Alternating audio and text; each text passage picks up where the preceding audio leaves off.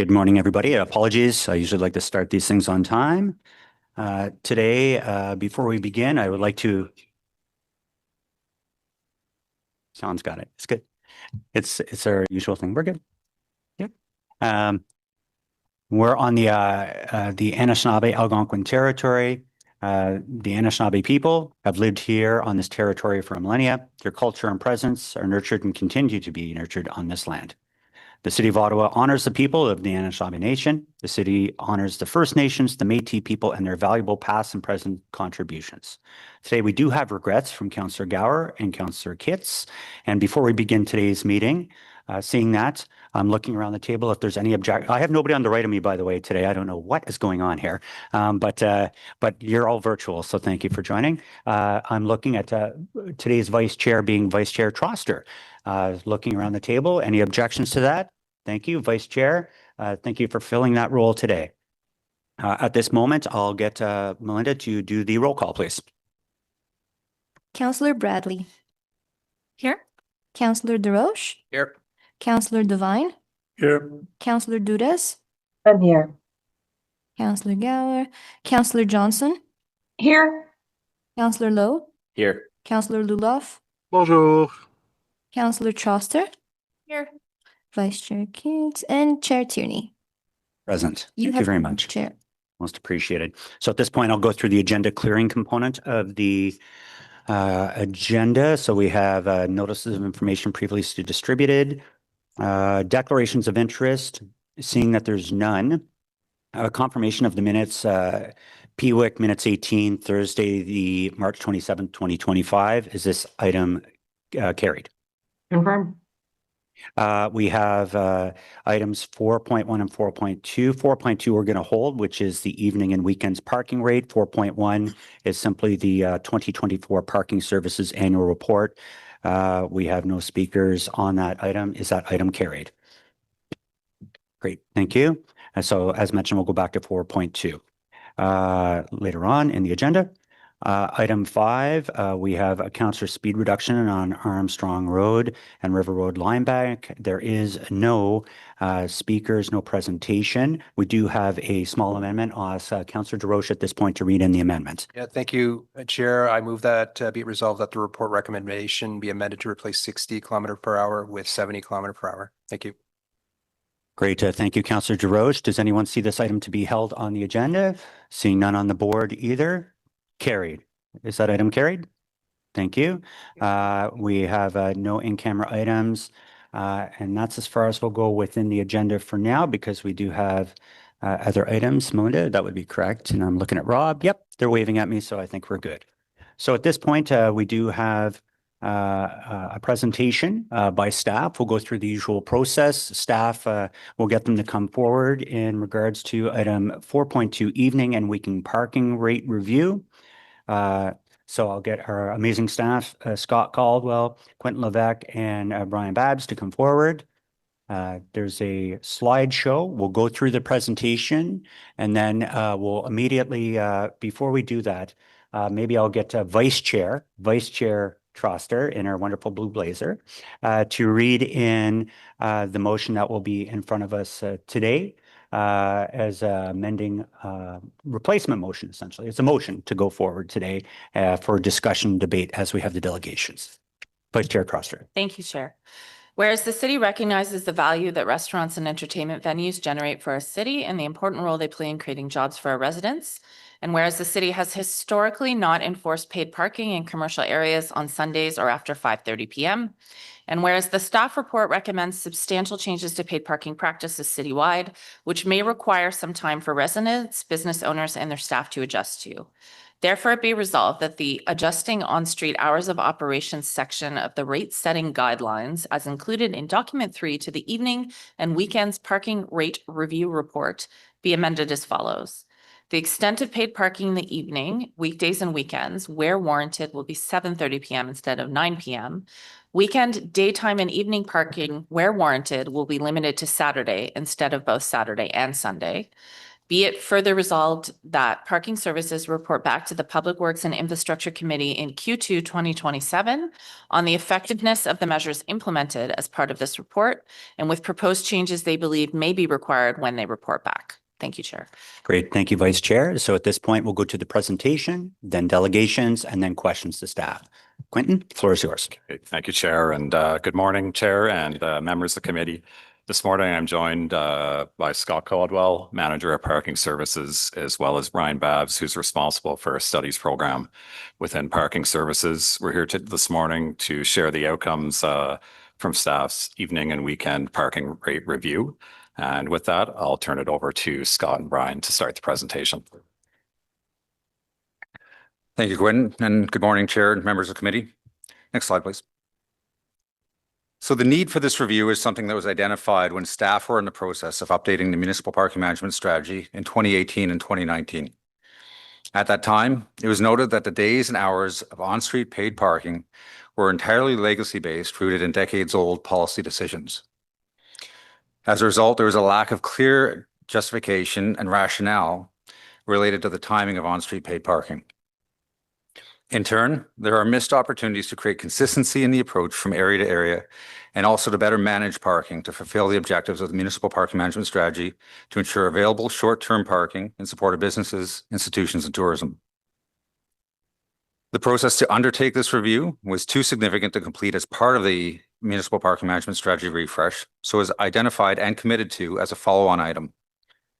The original intent was to start the review immediately following the strategy update, but the pandemic delayed that and staff started the process in late 2023, which has culminated in this report. Next slide, please. In following through on this commitment, staff have engaged in research, data collection, and analysis. This has involved careful consideration of the demand patterns on a zone-by-zone basis across both the existing and the pending paid parking zones throughout the city. Consultation has been just as important as part of this process as we've progressed through the 3 phases of consultation that I'll cover in a little more detail on the next slide. Collectively, these steps have produced the recommended changes to the rate-setting guidelines that are in the report, and if approved, the rate-setting guidelines would be updated. Staff would proceed with the initial changes and conduct annual assessments to ensure that the timing of paid parking is appropriate and responsive to any changes that may occur. Next slide, please. From a consultation perspective, we've engaged with a number of stakeholders across 3 different phases dating back to October 2023. This process allowed staff to be transparent with key stakeholders about the review and receive feedback at the different stages. Included among the stakeholders were Ecobia, BIAs with paid parking, places of worship, and our parking stakeholder consultation group, which includes representatives from BIAs as well as community associations, the Accessibility Advisory Committee, tourism, and older adults. In total, there were 30 consultation sessions with external groups across all 3 phases. Next slide, please. The early process helped to clarify key issues to address. This is a summary of the more prominent ones that came up through either the data collection, consultation, or a combination thereof. First, as has been referenced, the timing of on-street paid parking is primarily legacy-based, and there are inconsistencies that exist without any clear rationale. A couple of examples to that point, and one of them is illustrated in the top right here, which shows the start time during the weekdays for paid parking, and the different colors represent different start times, and they vary from 7 a.m. to 8 a.m., some at 8:30, and some at 9 a.m. In addition to that, Saturday paid parking exists in some areas, but not in others. An example being there's Saturday daytime paid parking in the Glebe, but not in Little Italy or Chinatown. In addition, there's Saturday paid parking in Byward, but not in the Centertown or downtown areas. From the data and through consultation, it was identified that there is a lack of available parking in some areas during the evenings and on weekends. And one thing that we specifically heard through consultation and we've heard in the past is that there is often a disconnect between parking signage and the paid parking hours, which can cause issues. Next slide, please. Part of the research component was to establish some context around how other cities have evolved relative to where we are. Across Canada, most larger cities extend their paid parking into the night, as late as 10 or 11 p.m. in some cases, whereas Ottawa does not. Most also have some form of Sunday paid parking in their commercial areas specifically, and we do not. In particular, Sunday paid parking represents an evolution as commercially, Sundays have changed over the decades and they are now much more aligned to how things operate on Saturdays, and the data collected supports this. These comparators notwithstanding, the focus of this process was on coming to something that is an Ottawa solution in alignment with our municipal parking management strategy and mandate.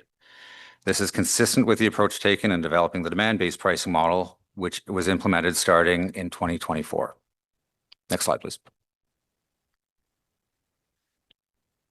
Before getting into what is being proposed as part of these changes, it's important to address paid parking and its role as a key tool to assist in the management of parking where there are high demands. It's important to stress its purpose, which is to promote turnover towards increasing the availability of parking to better serve visitors and businesses. The potential benefits extend beyond more available parking spaces as well. As it's summarized here, there's an expected reduction in the amount of traffic circulating through a community looking for parking at busier times. And this has positive impacts when it comes to emissions and from a safety perspective. While the use of parking fee revenues is constrained per the Municipal Act, when considering any additional revenue, there are investment opportunities back into the community to improve the level of some services and increase amenities. Examples include expanding the EV charging network, increased secure bike parking, potential investments in shared micromobility, leveraging technology to better manage parking, and support for initiatives to replace and add off-street parking where it's needed. So with that, I will hand things over to Brian to discuss the outcomes of the review. Thank you, Scott. Next slide, please.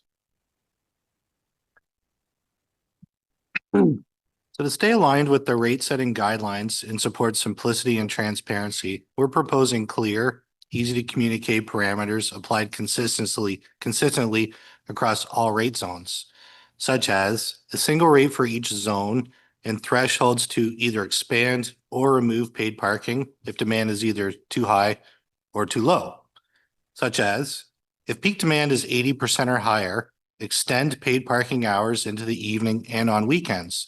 But also on the flip side, if demand drops below 50%, those extended hours can be removed as well.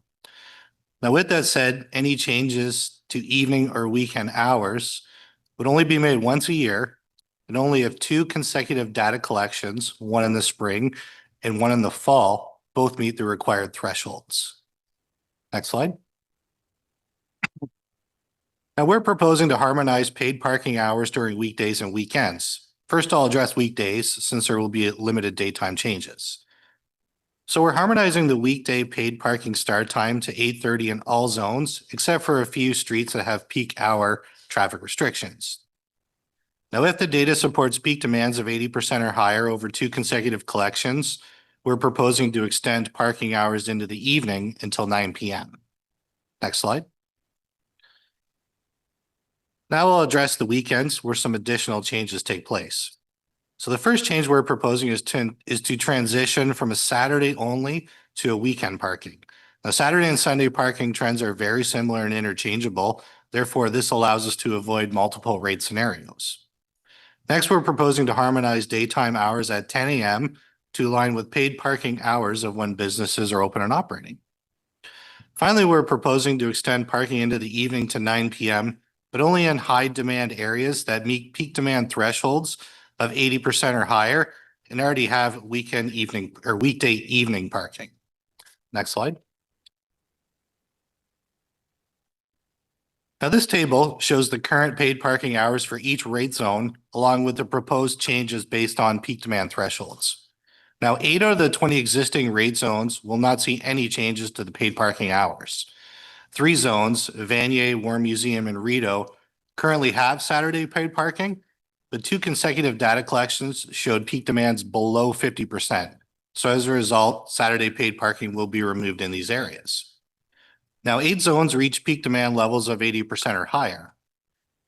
Weekend daytime paid parking will be extended to Sunday in the downtown and Glebe zones.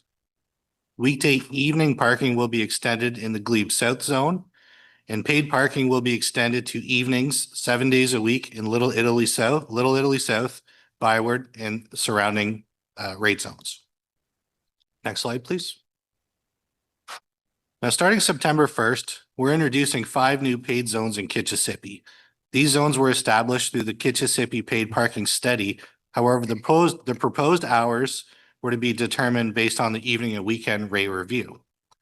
Now, most of the zones in the Kitchissippi area will have daytime only paid parking, either 7 days a week or weekdays only ending at 5:30 in the afternoon. Now, Richmond West between Athlone and Broadview will have extended paid parking hours into the weekday evenings until 9 p.m. Next slide. Now, one of the common complaints we hear is about inconsistent parking regulations that don't match the posted paid hours. That's why we're aligning time limits with paid parking hours as much as possible. So whenever paid parking is extended into the evening, the time limits will also be extended to 9 p.m.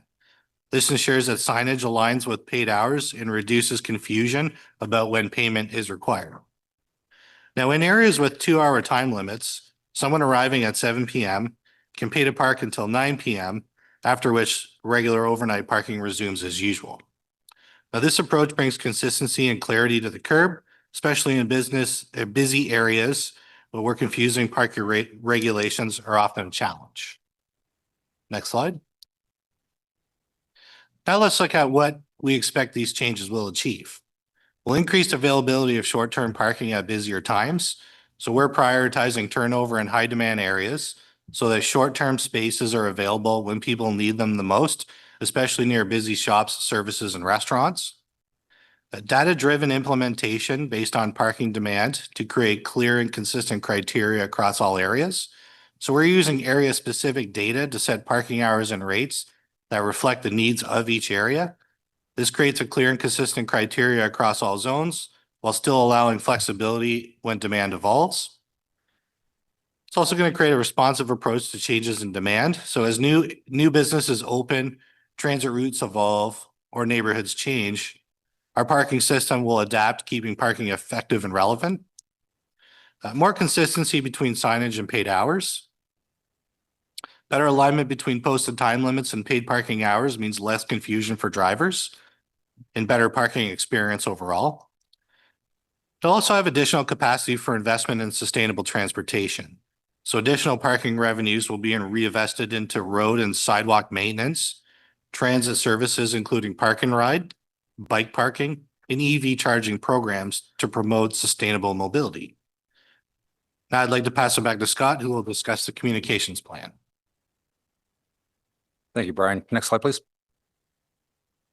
So there's certainly an acknowledgement that the resulting changes would not be insignificant. It will be important to ensure that information is put out and made readily available in order to support a transition that is as smooth as possible. In the report, there's mention of staff developing a communications plan, and work to pull those pieces together has already started. What's captured here are expected to be the key components of that approach.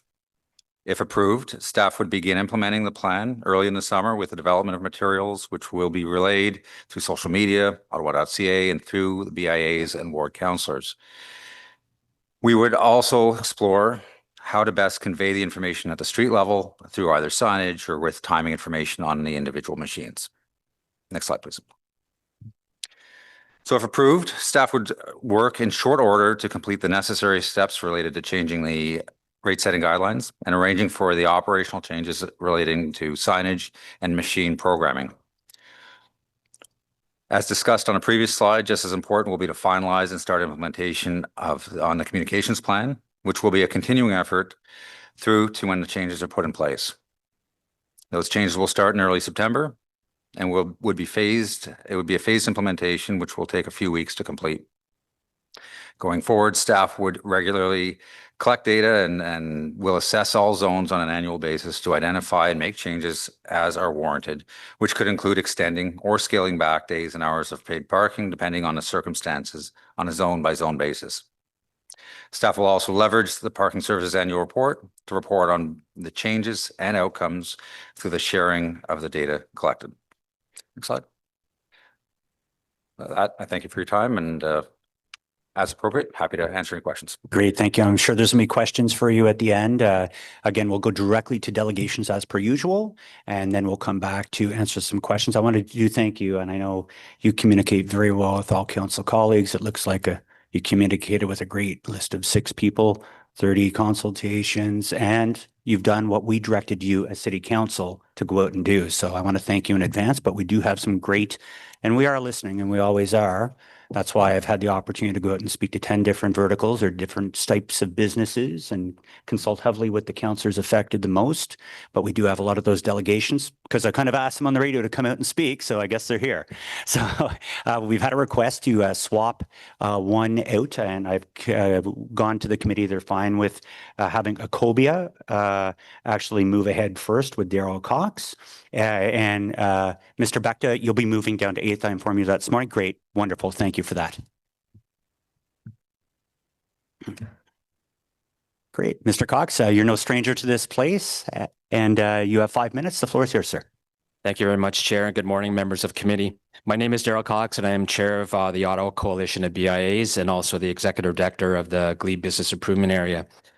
The Ottawa Coalition of BIAs represents Ottawa's 18 BIAs who collectively have over 2,500 commercial properties throughout the city, accounting for $162 million in property tax and over 6,500 businesses who contribute $8 million in BIA levy payments, much of which directly benefits the City of Ottawa through initiatives we undertake such as public realm improvements. While we appreciate committee bringing open to discussion and compromise with the motion that has been proposed today, on behalf of Acobia and our members, I am here today to urge you to oppose the proposed changes to evening and weekend parking. We've heard from our members that these proposed changes will have detrimental impact on the local economy. The decision adds yet another significant burden on our small business community who continue to face the ongoing impacts of the drug and homelessness crisis, tariff uncertainties, and the high cost of doing business. The prevailing sentiment amongst business owners is one of exhaustion and uncertainty about the future.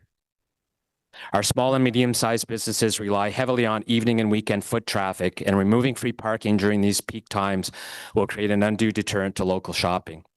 This proposal risks discouraging visitors by creating a perception of inconvenience and shortening customer visit times. These proposed changes also fail to reflect the day-to-day realities of local businesses. Customers frequently spend several hours in our BIAs visiting multiple establishments during a single trip, a pattern that directly supports the economic health of our communities. Moreover, the city has a duty of care to consumers who will ultimately bear the cost of these changes through increased fees and reduced convenience. This proposal will disproportionately affect Ottawa's downtown core and Main Street commercial districts, undermining current efforts to revitalize these essential economic and cultural hubs. We urge the Public Works and Infrastructure Committee and City Council to reconsider this proposal and ask that a comprehensive economic impact study be conducted to fully assess the consequences of these parking changes on our local economies. We also call on the city to collaborate with Acobia and affected BIs to develop practical business-friendly parking solutions that support the vitality and vibrancy of Ottawa's main streets and neighborhoods. Thank you for your attention to this important issue. Great. Thank you, Daryl. Way under 5 minutes. I appreciate that. Vice Chair Trostra. Hi, Daryl. Thanks for being here. So you. the Glebe has a 3-level city parking lot. Yes. It's frequently not empty, correct? Correct. Not full, correct? Right. Okay. That is within very. Well, I mean, at various times, yes, there are times, and Scott probably, I don't know if you have the top of your head, Scott, but it is certainly, we do face significant challenges, Councillor, in terms of on-street paid parking. We are working with, trying to work with Scott and his department in terms of, what's interesting, we're finding that there's a lack of knowledge of the paid parking garage. For some reason, people aren't aware that it's there despite the signage. So we're looking to see if we can find some better wayfinding signage for the parking garage. And that's a key priority for the Glebe BIA for this year, is to increase awareness. So Yeah, I mean, that strikes me as a good solution. I always say, you can walk 10 minutes from your car in a Costco parking lot in the suburbs. And as far as I'm concerned, that city parking lot in the glebe is no farther away from most glebe businesses than you would be if you were at the other end of a parking lot in the suburbs. So I appreciate that on the wayfinding piece. And what do you say to the data that shows that the problem is a lack of movement? The goal here is not more revenue for the city. The goal right here is actually to have more movement in your parking so you can get more customers to your businesses. Yes, and That's what the data shows. right. Yeah, and that's certainly from, if and I can speak from a glebe buy perspective, because we, as you can see, we're affected significantly by these changes, and that is one thing that we see is a turnover is important, and that is the one benefit is we need to see that turnover. However, we are seeing that there's it's difficult. Some of the business want that turnover, and others they just don't see that they just see the perception of the paid parking is what is driving people away. It's Like parking rates are at over 80%, so it's not driving people away right now. what the perception. So what we're saying is if it is increased till 9, that people are telling us, and business owners are telling us, and I'm sure that other people who are speaking today who are business owners, that the perception of having the parking till 9 o'clock is they're saying, well, I was just speaking with the executive director from Centertown, do you know well, saying that she was speaking with the local business owners, saying that they are now, this would negatively impact their business. People have that perception of, now it's going to be paid parking, that they would, look at going to the mall instead. Okay, well, Yeah. the compromise motion, I think will give us a year to show the data of going till 7:30. Yeah. Which frankly, if you're going for dinner, you might only end up paying for half an hour. But I think sometimes you need to see it to believe it, but every major study of parking that's been done in any major city shows that when you reach the 80% threshold, that metering actually makes sense and actually improves the prospect for finding parking in the neighborhood. So sometimes it's about the data versus the impression. And I think what we're looking here is the opportunity to collect the data before implementing the full proposal.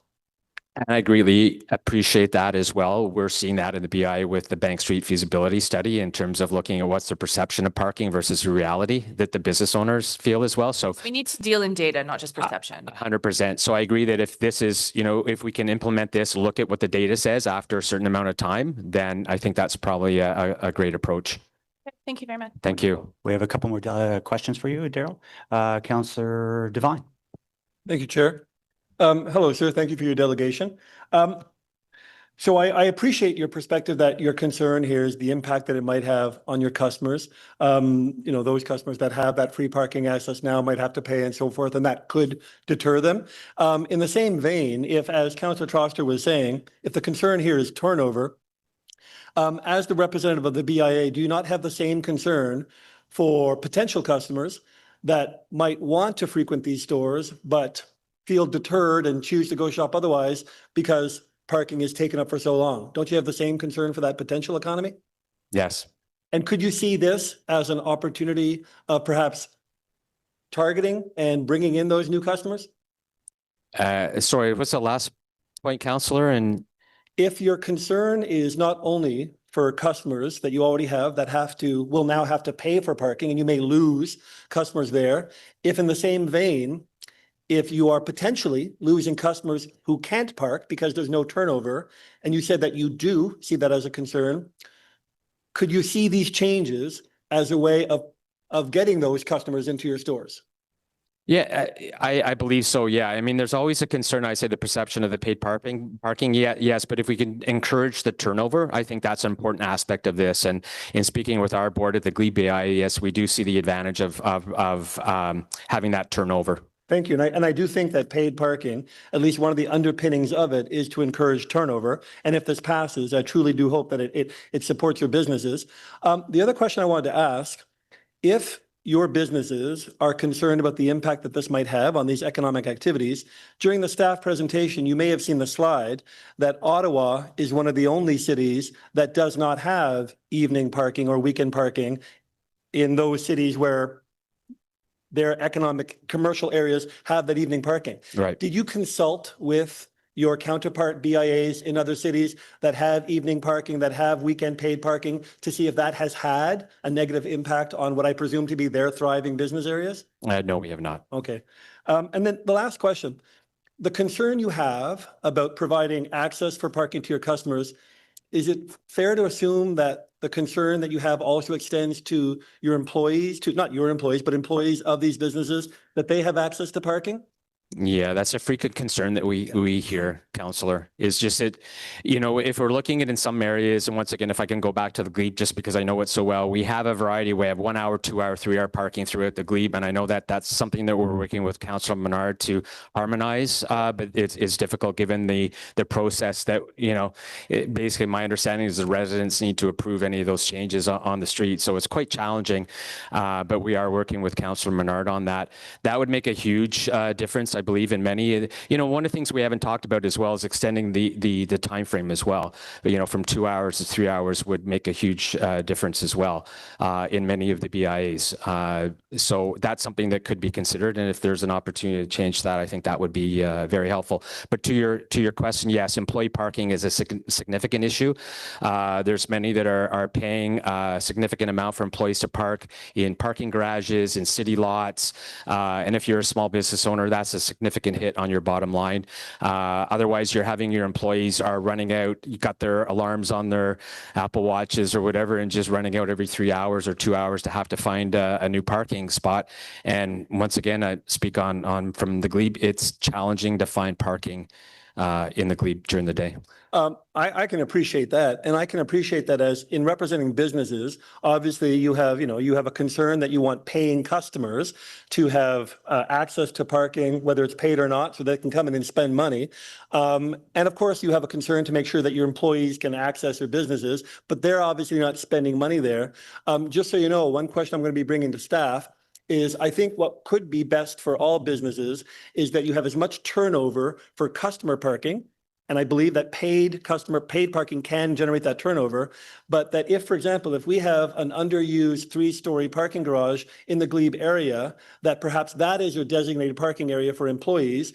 And maybe we can cut off or apportion segments of a paid parking garage for employees at a discounted rate for longer than 3 hours. That might be a win-win solution for everybody. I love that idea. And Councillor Tierney, when you were on one of the radio shows recently, the radio host brought that up. And so I thought that was a brilliant idea. So I was hoping that would come to part of the discussion. So I think it's brilliant.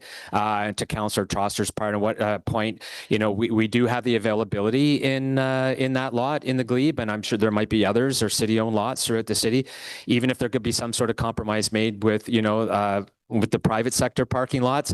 If there's some sort of work that could be done, I think that would take the employee parking off the streets, provide that opportunity for more customers for on-street paid parking. Thank you, Chair. Thank you, Bill Carroll. Yeah, I was going to say it's a Bill's bill. That's what we're going to call it if it passes. But certainly, thank you. Thank you for that. We have a couple more questions for you, Councillor DeRoche. Thank you very much, Chair. Thank you, Mr. Cox, for your delegation today, and I'm sensitive to your comments on the concerns of business in terms of this business environment we're in. You're here on behalf of the BIAs, and maybe you can just remind me the levies that the boards have put in place. Like, did those go up this year across the board? I can't remember. I know council got a report on it, and I know several BIAs have reserves because they're saving up for various projects. Did the levies go up this year? So that is the responsibility of each BIA when it comes to budget time. I didn't look at the report that went through in terms of, I know we did increase. Typically BIAs will increase by cost of living. Okay. Just to account for, all the increased fees or costs that we would have. But I from a BI perspective, BI, yes, we did increase ours. And I know in speaking to some others that there was an increase. Yes. Okay. Okay. Thank you for the answers. Thank you. Great. Conseil Plante. Yes, hi. Thanks for being here. I was just wondering, what are your thoughts on those 15-minute spots we have, like in the Byward Market? We have these kind of 15-minute spots where sometimes people go over, sometimes they're just rushing in and out, but they are free and they're heavily monitored. So I was just wondering what your thoughts were on that. Thank you. Thanks, Chair. Thank you, Councillor. Yes, I think that would be a very that would be helpful in many areas. You know, if we look at in many BIs where you have a pharmacy or something where you're just going to do a quick pickup drop off, I think the 15-minute spots would be valuable. I've worked in a couple of townships outside of Ottawa in previous roles, and they've all had 15-minute parking outside of some of the stores. So if that's something that could be implemented, I understand the challenges though in terms of enforcement. But as our businesses in the Glebe will tell you, there's no lack of bylaw parking enforcement in Bank Street. Oh, yes. Okay. Thank you very much. I appreciate it. Thank you. Great, and thank you very much for coming out today. Again, I've been heavily involved in getting around to a lot of restaurants. Dave has some good pizza. I shouldn't be bonusing by saying that. Anyway, it's great to work directly with the business owners in the area. So Great. Thank you for coming out today. Great. Thank you, Chair and Committee. Thank you. Oddly enough, our next delegation is Dave Mingono from the Grand Pizza. I don't know if Dave's joining us online or if he'll be joining us in person today. I'm here. Wonderful, Dave. You have 5 minutes. The floor is yours. Well, first of all, I just wanted to give a thanks to Councillor Turney and to Councillor Plante for basically being there for us and communicating and giving us the transparency we need and showing us their hard work and sort of working for us and with us. It's a refreshing change and much appreciated. So I just wanted to say that. Bottom line is I speak primarily on the behalf of the Byward Market, but I am in touch with a lot of businesses citywide. And, small business really is in a bit of trouble. It's in decline. We're losing our homegrown businesses, our mom and pop shops, and these are the shops that really, brighten up our neighborhoods. It's nice to see, it was nice to see a Saslov's meat market in the Byward Market, but now, we don't have it anymore. And what are they replaced with? Well, maybe a pot shop or something like that. So we're losing these businesses, and it's a real concern for us. So, the 5:30 to 9:30 zone for us is a sweet spot. It's when we generate majority of our sales, and so it's a real incentive for customers to come and shop. So if you lose that incentive, you lose customers, you lose businesses, and you lose jobs. So there is that threat, and that's something that we all have to sort of be aware of when we're proposing parking measures and stuff like that. And I was just listening to the gentleman from the BIA, representing all the BIAs, and talking about the Glebe. The Glebe does have a parking lot, a big one, which is nice. But the Byward Market, our big parking lot that's in the center, is basically only half. Only half of it is usable. We need a new parking lot, and that would solve a lot of parking problems. And this parking lot has been talked about since the dawn of time, so it'd be nice to have that built. So I just wanted to throw that in there. But also we're losing. With the retail, I'm speaking on behalf of retail too. Retail is losing a lot of customers to the Costco, to the Loblaws, and they have parking lots. They have free parking, and that's part of the problem. So we really need to have really have to think about our customer base and the incentive to get them into the busier zones, the shopping zones where the mom and pop shops exist, like the Byward Market, the Glebe, Preston Street, and way beyond. But on that note, I'd also like to say it's good to see some consistency in the parking rules as well, citywide, where there's free parking in some spots, and like in the Byward Market where there's no free parking essentially. So, anyways, and yet I also like the idea of permitting the employees to park at a discounted rate and having areas blocked off for them. That'd be pretty good. And the 15-minute zone, it would be nice to actually to see that moved up to a 30-minute zone, because you have elderly and you have people with families who need to get in and get out. Sometimes 15 minutes isn't enough time. But hopefully we can all come to a pretty good agreement on these parking measures, and that makes everybody happy in the future. And thank you. Great. Thank you very much. We do have a question from Councillor Plante. Sure. Yes, thank you, Chair. And no, I did not pay Dave to say those nice things about me and the chair, although thank you, I appreciate it. I was just wondering, just for my knowledge and the committee's knowledge, what would you say is a bigger challenge, the parking situation or the social disorder situation right now for you in the Byward? Well, I think that they're both right up there equally, to tell you the truth. And I've been as a member of the BAC and the BMDA. We've been focusing on the safety and security so much that I didn't realize how important parking is. But recently, over the last year or two, I've just really, talking to the retailers and sort of just by walking around the market and being there, that's just I really have realized the importance of parking. And to give an example, I was at a volleyball tournament with my daughter, and I'm with 40, 50 other parents, and they all know, I have, we have volleyball parties at the Grants, and they know where my business is. And the main theme when we're talking about the market with these parents was parking, and it was just sort of shocked me, So anyway, they're right up there together. Thank you so much. Thanks. Great. And thank you again, David, for coming out today. It was great speaking with you in person and with the businesses in the area. Next up, we have Cassie Smith. Cassie Smith, I'm not sure if you're online or in person today. Hey, you're here today. Wonderful. Come on down. You're the next contestant.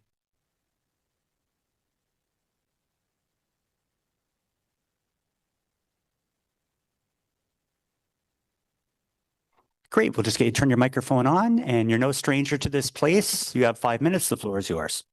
Great. Thank you. Good morning, Chair, Committee. Thank you for the opportunity to speak with you today.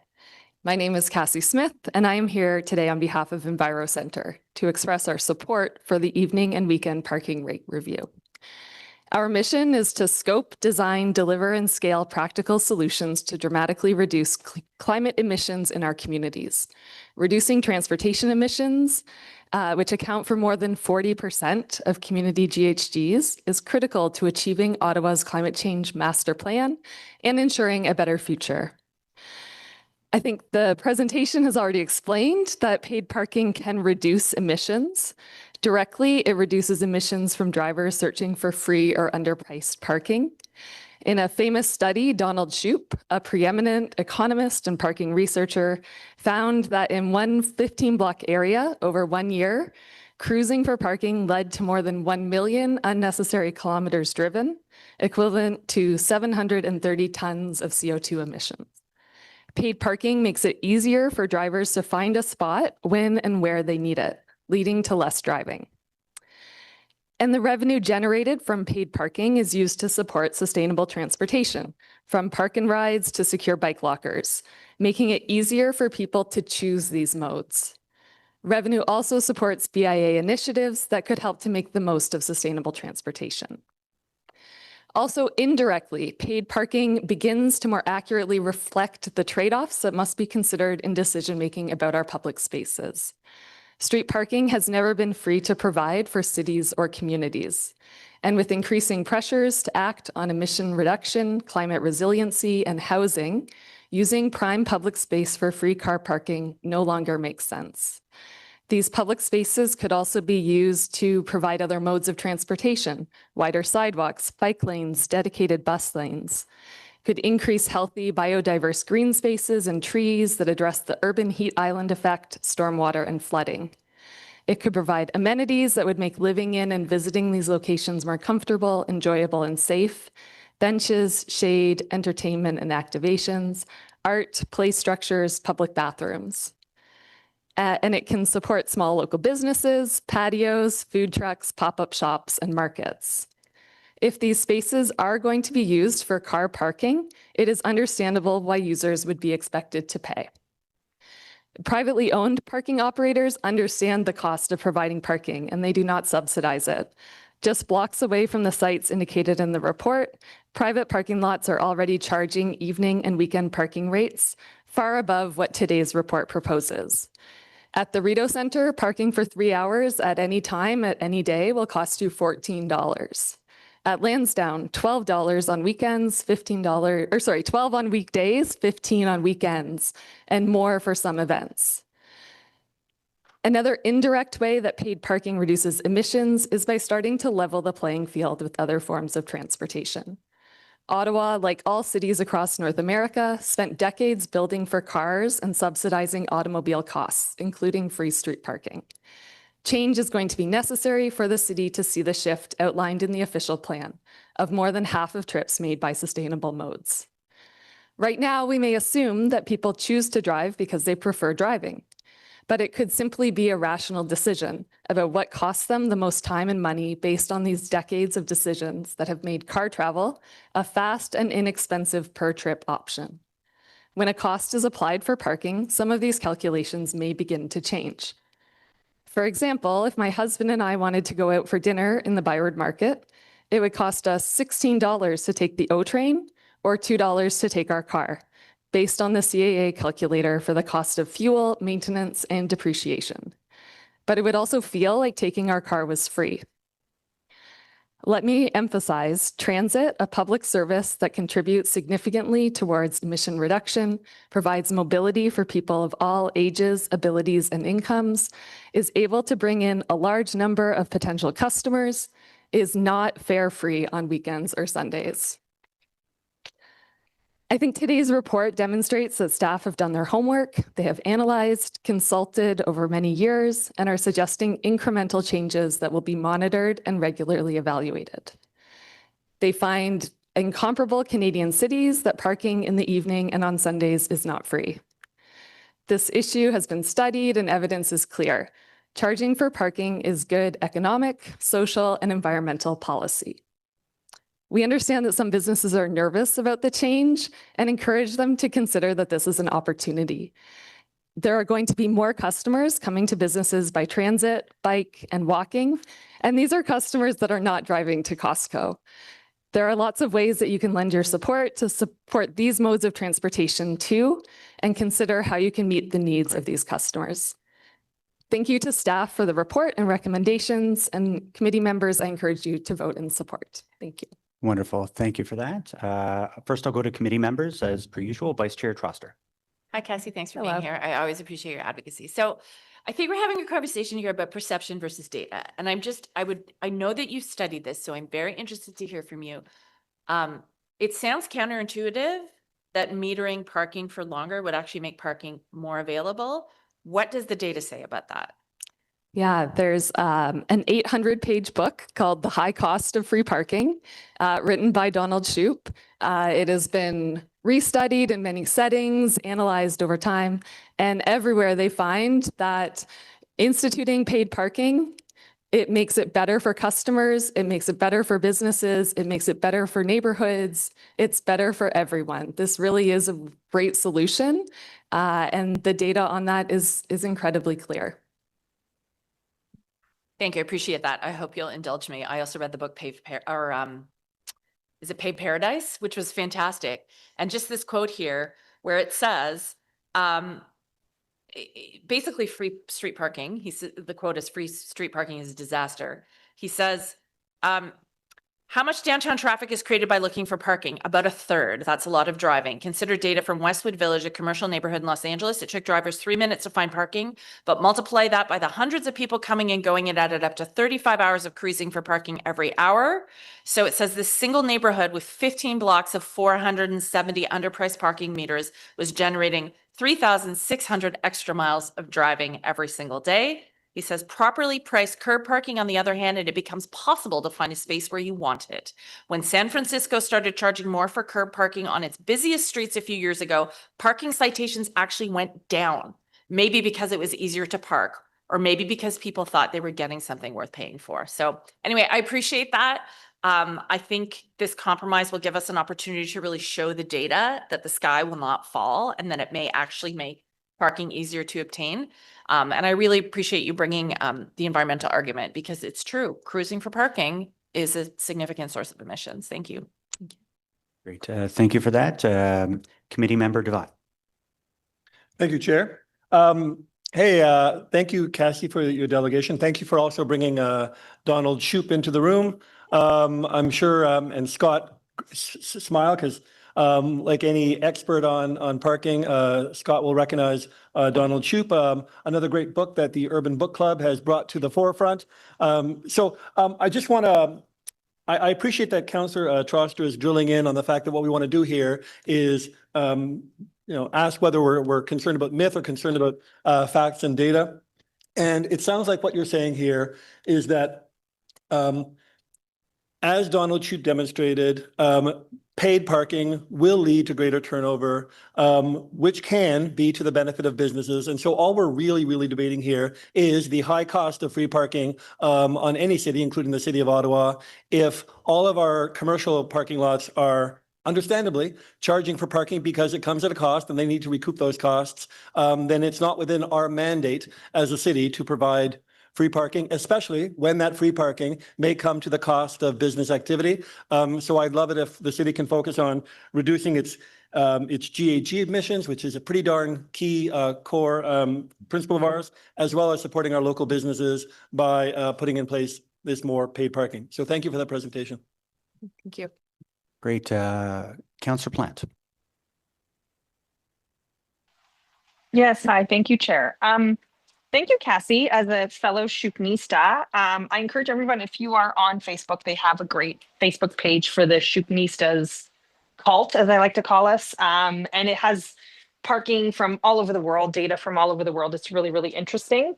But I was just wondering, because I think we're having kind of two parallel conversations here with the businesses that are coming to talk about, how this affects their businesses and how people are not coming downtown to shop. So would it be fair to say that Enviro Center would advocate for also paid parking outside of the downtown core? I think that the approach that the city is taking to continue to study that and to make recommendations based on what they're seeing in the data and from analysis, that we would support that, and are happy to see that the parking in Westboro and Wellington Village will be added this year. I think it's important to keep abreast of all of the changing patterns in our city. Okay, thanks so much. Thank you. Thank you, Councillor Plant, and thank you, Cassie, for coming out today. Next on our delegation list, we have Brian Leahy. Brian? Oh, wonderful.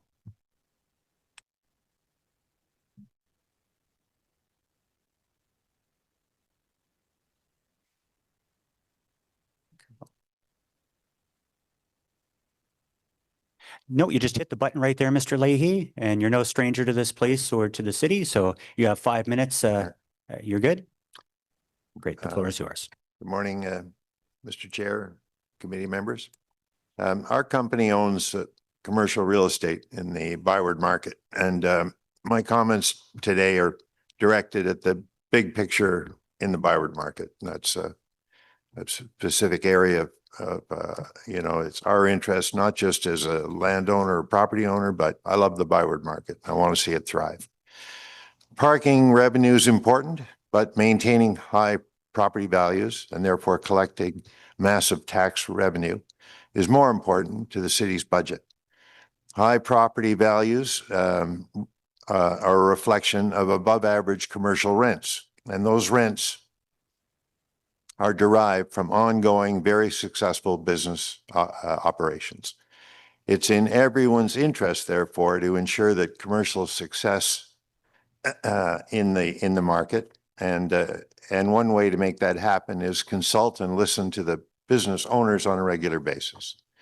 An issue involving parking should not be decided based on a staff report unless the business communities have been consulted, and we accept that they, more than a consulting firm from afar, may know what's best for their ongoing growth and success. I just listened to staff description of the consultation process.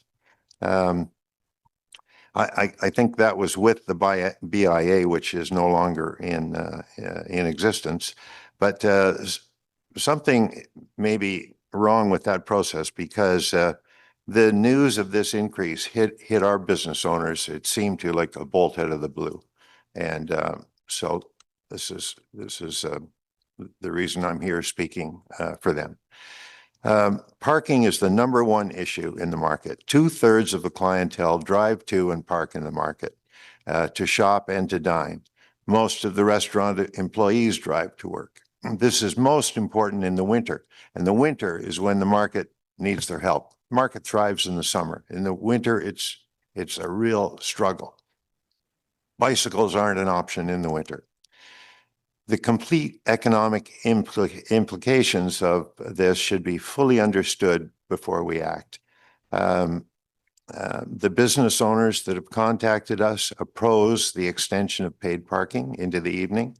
Their customers have many choices, and free parking is one of the things that entices them to the market. Feeding a meter, worrying about a ticket is a big negative. We would like to see a concerted effort to provide more street parking in the market and more underground parking. We fully support more free parking, and I agree, 30-minute, as Dave suggested, in areas where we have retail operations.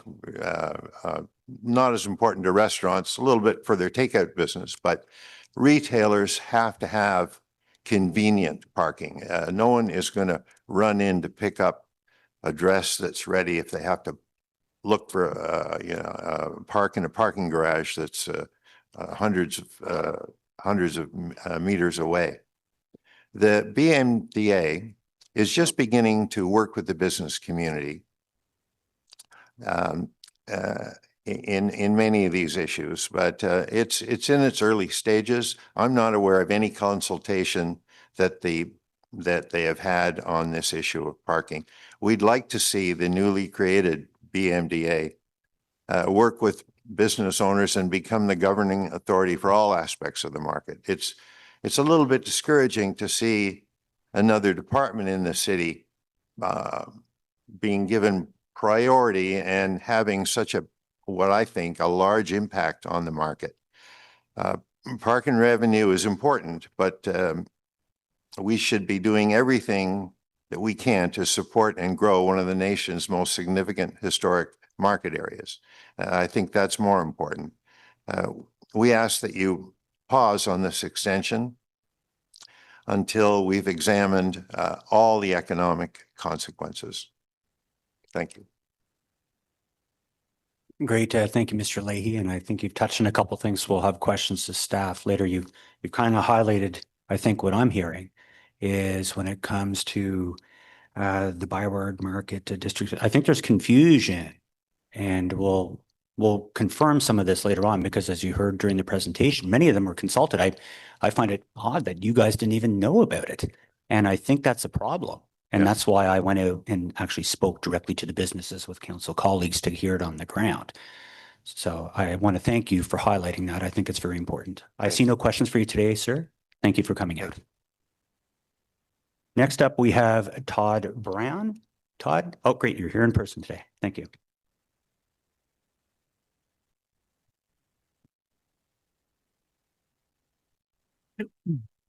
Thank you, Chair and committee members, for taking the time to listen to us.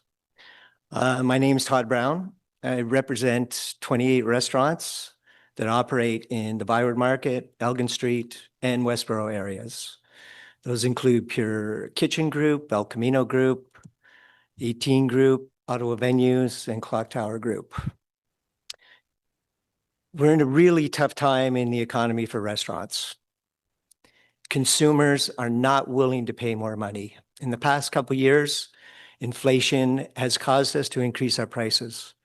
Last year, with a 10% increase across the board in our establishments, $2 million worth of labor dollars were lost. That's how much money was lost to our employees.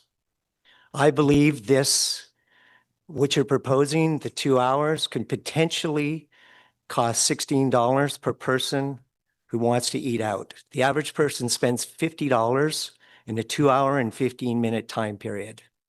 You're looking at a 16% increase to the cost of going out dining. From my math, from what I'm seeing, my businesses alone will lose another $3 million in labor dollars to my employees. This is going to devastate the business. And I'm a small portion of these businesses. This could actually hurt employees to the tune of tens of millions of dollars. There's been no assessment of this happening. The consumer is at its limit on what it can afford to pay. By you adding additional costs to going out on something that for 2 decades or more has been free, you're going to add 16% potentially to their bill. They won't be able to afford it. They will just go out less often, and that's what will happen. There won't be turnover. We see it every time we increase our prices. We lose the number of times that customers come and spend dollars with us. So if you do go forward with this, the employees are going to take the brunt of it. They are going to feel it, and some businesses will fail. So this is not a light issue. This isn't something that people are going to accept, that it's going to help turn over vehicles, more people are going to come. It's just not going to happen. Plus, as Dave Mangano mentioned, the sweet spot. They come to us from 6 o'clock to 9 o'clock. They're coming for 3 hours to dine. There's going to be no additional turnover. They're coming for that 2 hours and 15 minutes. There's no turnover caused by what you're doing. It's strictly a tax or a tariff on our customers and will increase the expense of them dining out, which will cause them to dine out less, which will cost jobs. Don't really need to say more on that. I'm not in agreement with any of these increases. My employees certainly are scared. They don't want to lose more money. They've lost it over the last couple of years. They've been through a pandemic. And I'm not talking university students. I'm talking people that this is their career. And the majority of employees that work for me, this is their career. And you need to think about that and think about how that will affect them. Thank you for taking the time to listen to what I have to say.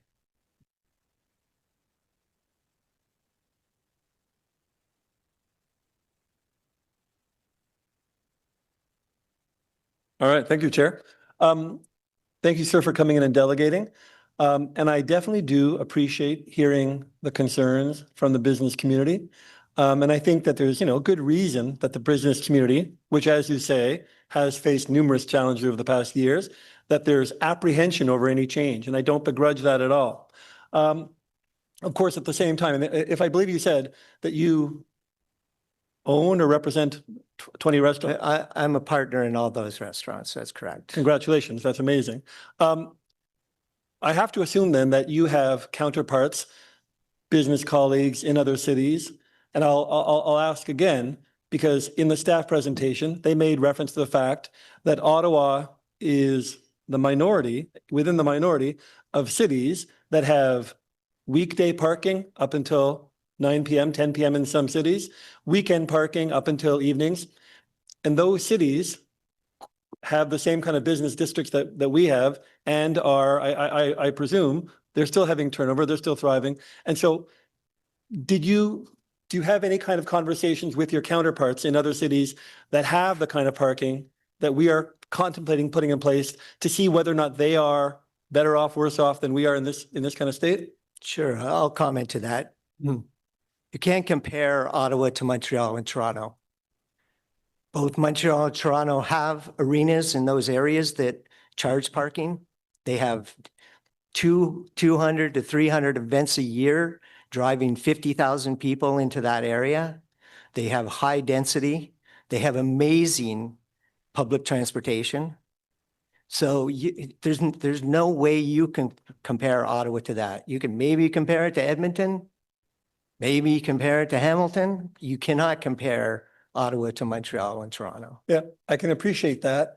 And of course, one other thing, because you mentioned those cities have those other attractions that pull in customers. And one long-term consideration of if and when we don't have free parking in these areas like the Byward Market, when you try to imagine what you might do with that space, what a city can do with that space, and what you can do with that space is put in place any number of measures that might attract people that weren't attracted otherwise. I'm not sure if you've ever been to Avenue Mont-Royal in Montreal, but what they did there over a span of many years was they went from testing out car free to implementing it, and it has an amazing impact on those businesses, generating so much traffic, foot traffic, other kinds of traffic, that the businesses are thriving even after they had apprehension.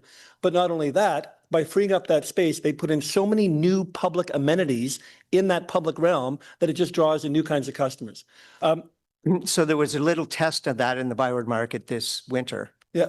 Where they had kept William Street closed for the winter, and they put in a skating rink, and they thought that would draw people.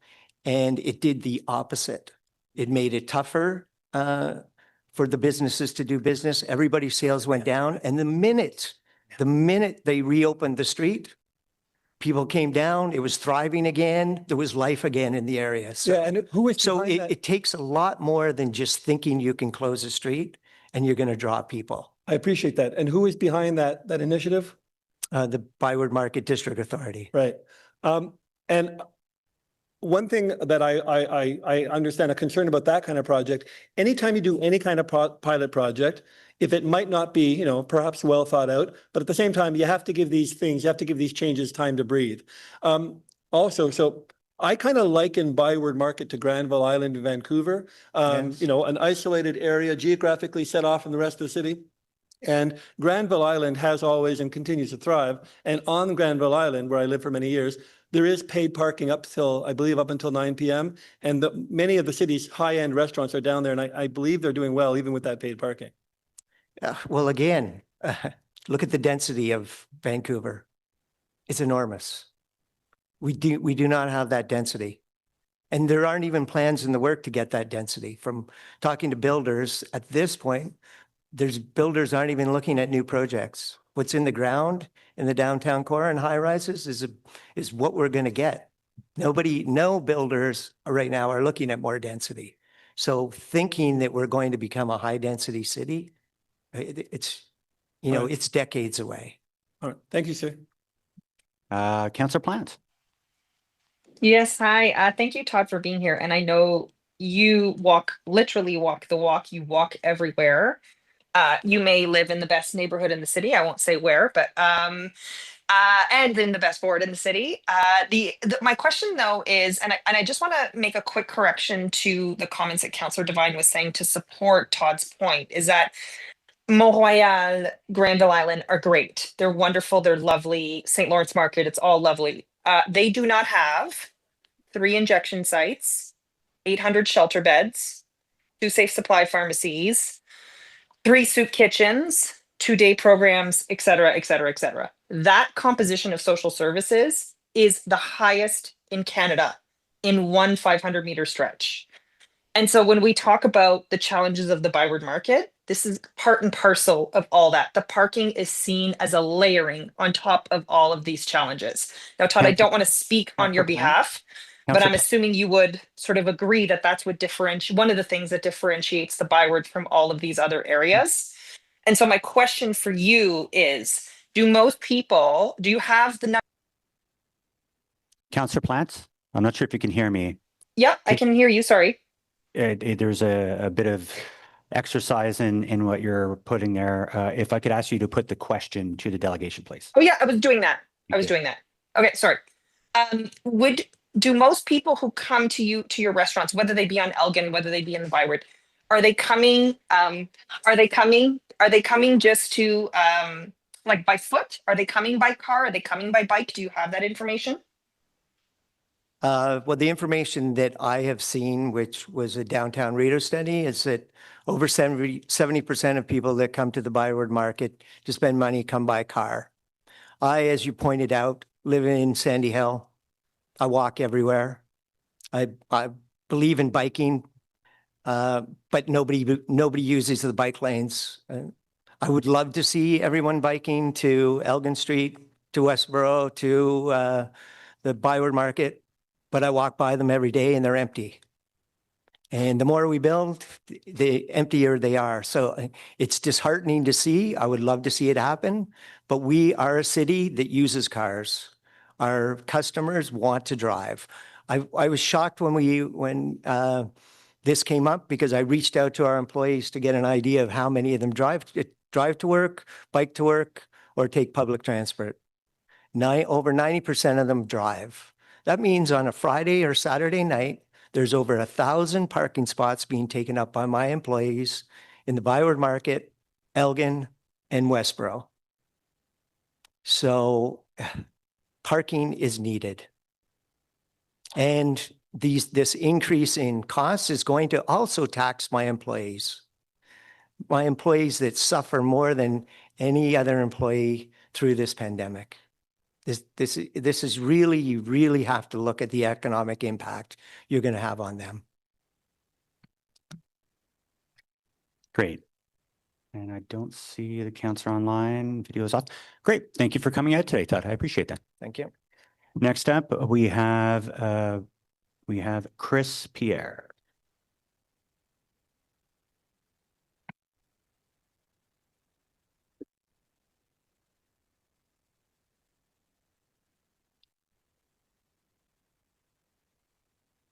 Hello, Councillor Tierney. Thank you for the opportunity to speak. Committee members. My name is Chris Pierre. I'm the owner of a firm called the Key North Group. We're based in the Byward Market. I'm actually here, though, as a representative of the Business Advisory Committee of the BMDA. In that capacity, I've had the opportunity to speak with small businesses in the Byward Market. You've already heard from a few. And one of the things, and I don't know how I got myself into this, was addressing the issue of parking and traffic concerns in the Byward Market. And the concerns that business owners have include a lot of things around parking. It's the number 2 issue or number 1 issue next to public safety. But it is not going to be resolved by implementing paid parking in the evenings, nor is it going to be resolved by implementing paid parking on Sundays. Right now, the business community has indicated to me that they have issues around confusing signage, aggressive bylaw enforcement, parking spots consumed for long before and long after events, and the alternative methods of travel like LRT results in sometimes an unenjoyable experience at the Rideau Street station. So even those people who choose to take alternative transportation methods are deterred in some cases. The report tabled by the Parking Services Group highlights some of the benefits to business through increased turnover. That may be the case in other areas of the city, but we are not hearing that from the business community in the Byward Market. There's no business that I have talked to that says that implementing paid parking on the evenings or weekends will help. In fact, they are worried about increased bylaw tickets because of the increased paid parking. Another thing to consider is that there's already 2-hour limit on Sundays in the Byward Market. It's enforced regularly by bylaw. So the concern with respect to turnover is already being addressed. Okay. As far as the benefits from parking revenue, the market has seen very little benefit from the parking fees that are generated there. Save and accept a little bit of investment in the infrastructure in the parking garages and the implementation of secure bike racks. The report does not indicate how an increase in parking revenue would benefit the businesses of the Byward Market. There is no mention of increased parking infrastructure, and there's no other indications of how those things would, or how that increased revenue would benefit the market. I had a number of points in my talk about all the other issues that the Byward Market has faced and why it's unique within the city. I think those have been covered by my colleagues and by Councillor Plant. So in closing, all I would ask the council and this committee to consider is that there are various challenges both with traffic and non-traffic issues in the Byward Market. Everyone has a desire to see the Byward Market thrive again. And in terms of data points, business sentiment is an important data point to consider. Whether or not people view that their customers are going to come back, whether or not people view it as an important place to invest, those are important factors to consider, and I don't see it represented here. And then finally, the lack of any clear benefit to the Byward Market businesses from the extra revenue generated from the parking is also a major concern. Thank you very much. Great. Thank you, Chris, for coming out today.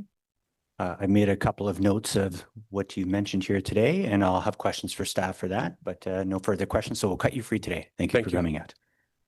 Next up, we have Samantha Sigler.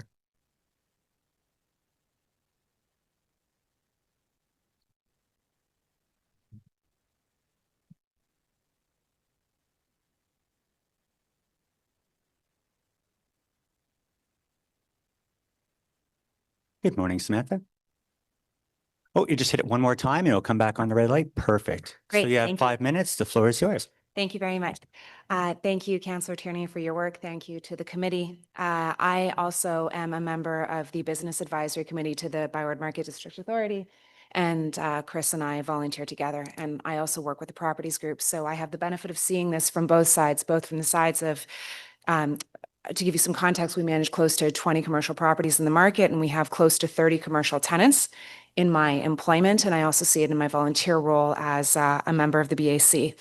And Chris and I can tell you that we receive emails from businesses in the Byward Market almost on a daily basis complaining about parking issues. It is the number one issue for us in the Byward Market, I think in tandem with the security issues. The businesses are continuing to struggle with the repercussions of COVID, the lack of daytime trade because of the loss of office workers. They rely heavily on the evening trade. And as a member of the Business Advisory Committee, we have not had any consultation between us and the Byward Market District Authority on the potential impact that these changes could have on the businesses. We personally don't think that it's prudent to roll out a change like this without really consulting the businesses. We did have the benefit of the presentation by Mr. Caldwell to the BAC, but unfortunately there was no consultation between the BAC and the Byward Market District Authority. To compound that, Byward no longer has a business improvement area, and so we don't have a body that can advocate for the businesses. The businesses and the customers that will be penalized by this are local businesses, the ones that we're trying to support more of, the ones that we're trying to increase the number of. If the city is concerned, and there is a concern, there is not enough parking, but if there is not enough parking, then I would really encourage the city to look at constructing more parking. We have a prime opportunity right now to construct underground parking at the 70 Clarence Street parking lot, which was earlier referenced as being a large portion of that parking lot cannot be used due to some structural issues. I think that if we were to tear down that garage, build a ground level plaza, and build multiple layers of underground parking, it would, one, solve the need for more parking, and two, it would give us a purpose-built plaza or purpose-built piece of infrastructure to allow the Byward Market District Authority to put on events that would draw people into the market. We can't look at this in a vacuum. We have to consider that there are multiple elements that are at play here. The other issue is that the Byward Market District Authority and the businesses are competing for the same parking spaces. The BMDA takes up a number of spaces for their vending stations, and the businesses themselves need those parking spaces. As I believe Brian Lahi mentioned earlier, some of the things that we, the Business Advisory Committee, would like to see is 30-minute free parking in the market.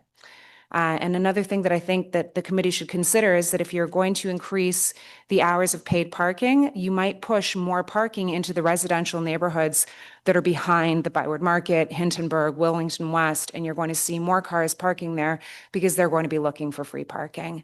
And I don't know if that's the intent that, you know, the committee would really like to see, is pushing more cars into heavily, residential areas. That's all. Thank you. Great, thank you. And thanks for, I disturbed you last evening while you're with your family, so thanks for taking my call. Thank you for calling. Discussing. Appreciate it. We do have a question from Councillor Devine. Hello. Thank you for coming. And again, it is really valuable to me to hear echoes of the concerns of the business community. And I do hear, a theme repeating, which is concerns, and I think they can be separated, concerns not just for, customers, but concerns for employees.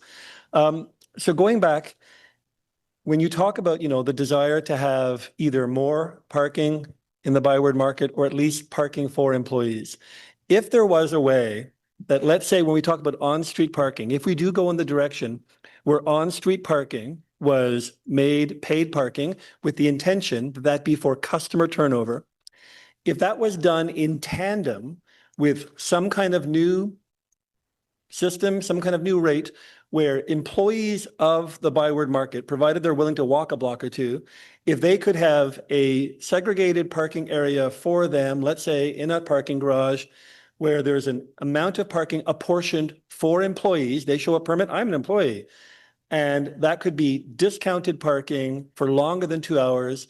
Would that kind of system serve employees of the Byward Market? It could, but I think that the message that you've heard from other delegations here today is that there really needs to be consultation with the businesses to determine whether that could work. I think in theory, it might be a good idea, but I don't know. And so I think that should be investigated. Absolutely. And it's not like I can't wave a wand and make it happen today anyways. But the other interesting point that you raised, when you were saying that like there was a delegate before that was speaking about, so if we're going to have all this paid parking, but where's the demonstration that revenues from that paid parking would create new parking infrastructure? And you're calling for the creation of new parking infrastructure, i.e. that underground parking lot. Well, guess what revenue would pay for that? It would be the paid parking that might come for Byward Market. And so ironically, you may be pushing against the very thing that could be funding the very thing that you want. And so if hypothetically there were paid parking in Byward Market, that could fund the very kind of infrastructure that you're looking to get. Sure. My dream is to take the $10 million that the city has budgeted to fix the 70 Clarence Parking Street garage, to take that and put it into what would be an approximate $20 million project, which we have had quoted by a contractor that we work with. It would cost $20 million to demolish 70 Clarence Street, to build multiple levels of underground parking and create the ground level infrastructure for a plaza. And you could take $10 million that the city has budgeted to maintain 70 Clarence, put it into the construction of this dream, and then borrow the other $10 million from the Canada Infrastructure Bank or another private bank. And I do understand that we're here today to talk about rolling out parking in the evenings and on the weekends, but we can't look at this in a vacuum. We have to look at it in the greater context of what, for example, we are seeing in the Byward Market. Just this morning, I received an email from a business called Stunning talking about how there are major parking issues again. And we get these emails daily from businesses. We need more parking, but businesses, there is a perception. And as Chris said, that perception is an excellent data point. There will be repercussions if you continue to charge for parking on the weekends and the evenings. So I think that all needs to be looked in together. Great. Thank you. And thank you for, I might want to follow up with you on that idea of your 10 million, 20 million thing, but thank you for that. Pleasure. Thank you. Oh, forgive me, Councillor Plant has questions. Hello. Yeah. Hi, Samantha. It's really nice to see you again. I just had a question. You said that the activation has taken away spots. Do you know how many spots have been taken away? I heard it wasn't that many, but I could be wrong. Significant. I think Pat Nicastro could help us with the data because he sees that on a daily basis. But what happens with the activations is that the spots are reserved and then they're not freed up if there is no vendor. Right. One of the complaint, for example, in the email that I received this morning was the vendors, vendors are taking up multiple parking spots and then saving the parking spots for their family and friends. So you'll have one vendor, let's say 3 vendors taking up 15 spots. Was Got it. The email that I received this morning. Okay. Thank you. Thank you for that clarification. I appreciate it. Thank you. Great, thank you very much, Samantha. Now we have our next delegation, Stephen Bechta.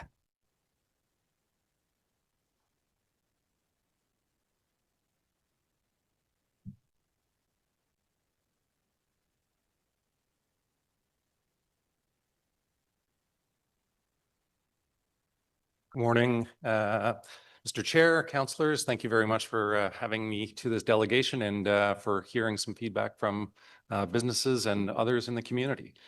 I recognize how much effort went into this study and this proposal, and especially the desire on the part of the city to improve business for our local businesses. It means a lot to us.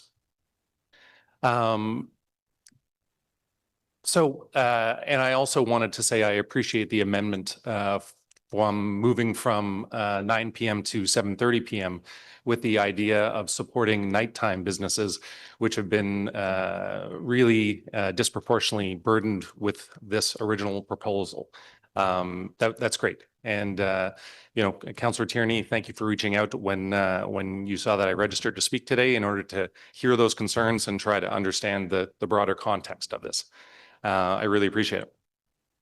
So my suggestion, just to be clear, I see this proposal as two parts. One is the paid daytime part in 20 different zones, and then one is the nighttime paid part in only 8 of those 25 different zones.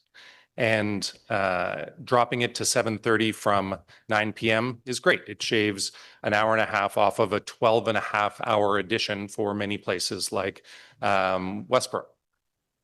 I would like to suggest moving that amendment to 5:30 instead of 7:30, and then putting Sunday paid parking back on the amendment. So that would be my proposal. I would also like to find a way around the 2-hour maximum that still stands. And this is the really challenging part for my businesses and for businesses in the nighttime area, because many of our guests need more than 2 hours. By the time you park and walk back and forth, we're down to 1 hour and 45 minutes. Groups of 4 or more in fine dining restaurants, mid-tier restaurants, bars, shows, they need more than 2 hours. And right now it's illegal in the city of Ottawa to go and re-up your parking. You can't.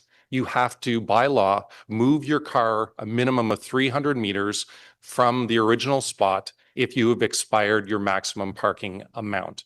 So in Montreal, for instance, I know that we talked about this a lot earlier. You can, and the night mayor pointed this out to me when I spoke to him about this, you can re-up your parking from your seat in your restaurant. Oh, okay, well, I'm staying longer than 2 hours. I'm going to add another hour or 1 hour and a half on there. We don't have that ability. We don't have pay by app, and nor do we have a bylaw that allows people to stay in a spot past the maximum, even if they pay. So just keeping that in mind. Again, I really want to focus on these 8 of 25 zones that are included in this, because unfortunately what happens is that it creates a large barrier to entry for those businesses only in those 8 zones, where it encourages people to go to a different zone because, as Todd mentioned earlier, there's a tax that has been put on those 8 zones, only in those 8 zones. So I know that fairness was a huge part of what this study was looking at and trying to equalize. I was an advocate when I was on the board of the Westboro BA for daytime parking to make it fair with the rest of the city and to encourage that turnover during the day. Nighttime, there is very few businesses that are open and do business, but for those that do, they do the bulk of their business at night, whether it be gyms or restaurants or bars or shows, the Legion, there's many businesses like this.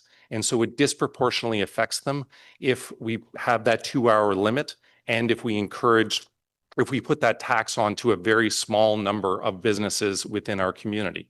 And all it is going to do is continue to hollow out the downtown core by pushing people, especially people who book large group events, for instance, to the suburbs where there is abundant and free parking. And I know that no one around this table wants to continue this hollowing out of the downtown core. We need people down here. So I would encourage someone on the committee to move another amendment to change the earlier one to 5:30 end time for all zones, all 25 zones, and to add back paid Sunday parking to balance off the revenues or the fairness all around. Thank you. I'd love to take your questions.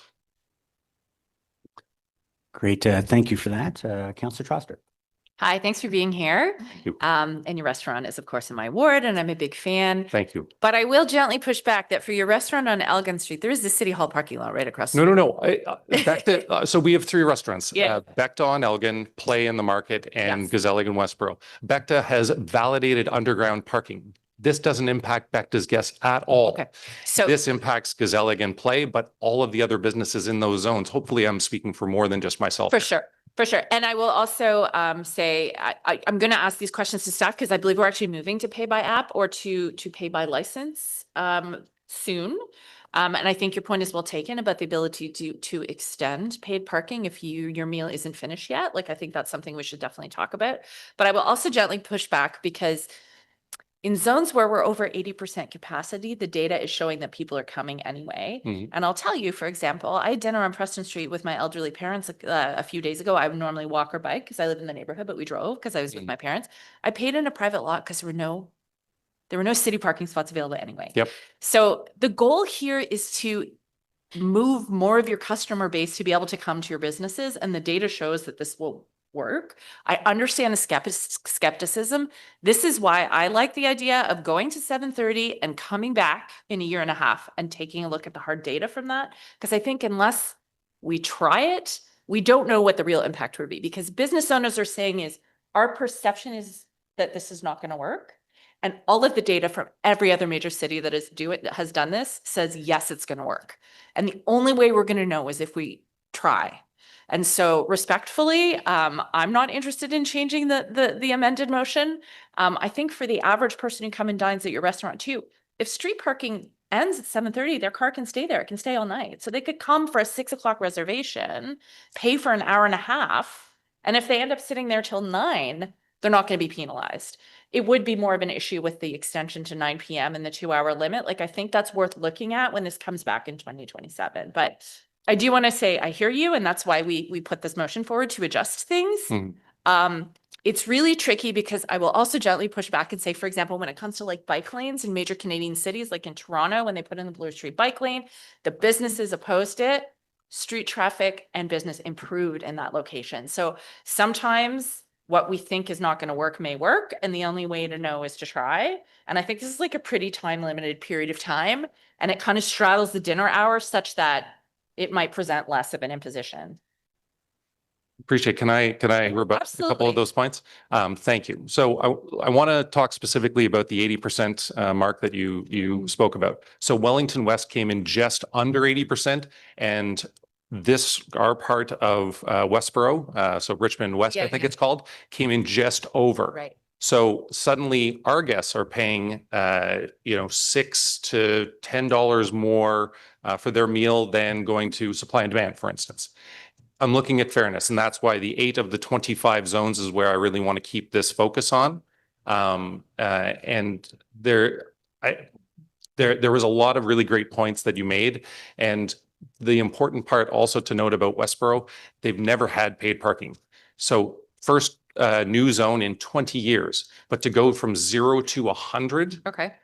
it seems disproportionate to me. I know that so much of time and effort was put into this report around fairness. And again, that's where I want to stress that I would suggest the 530 for all 25 zones as fairness. Because if you start singling out 8 instead of 25, simply because of a few cars that could go flip it either way, the 80% to 78%, then that's where I think that the perception could be that there isn't that blanket fairness that I think everyone is looking for. Okay. Well, I think this invites us to basically reevaluate in about 18 months to see what the data shows us, right? Because we could withdraw, we could change, we could extend it to all 25. We could say, no, it doesn't make sense in these 8 zones. But, sometimes you have to try things to see if they work.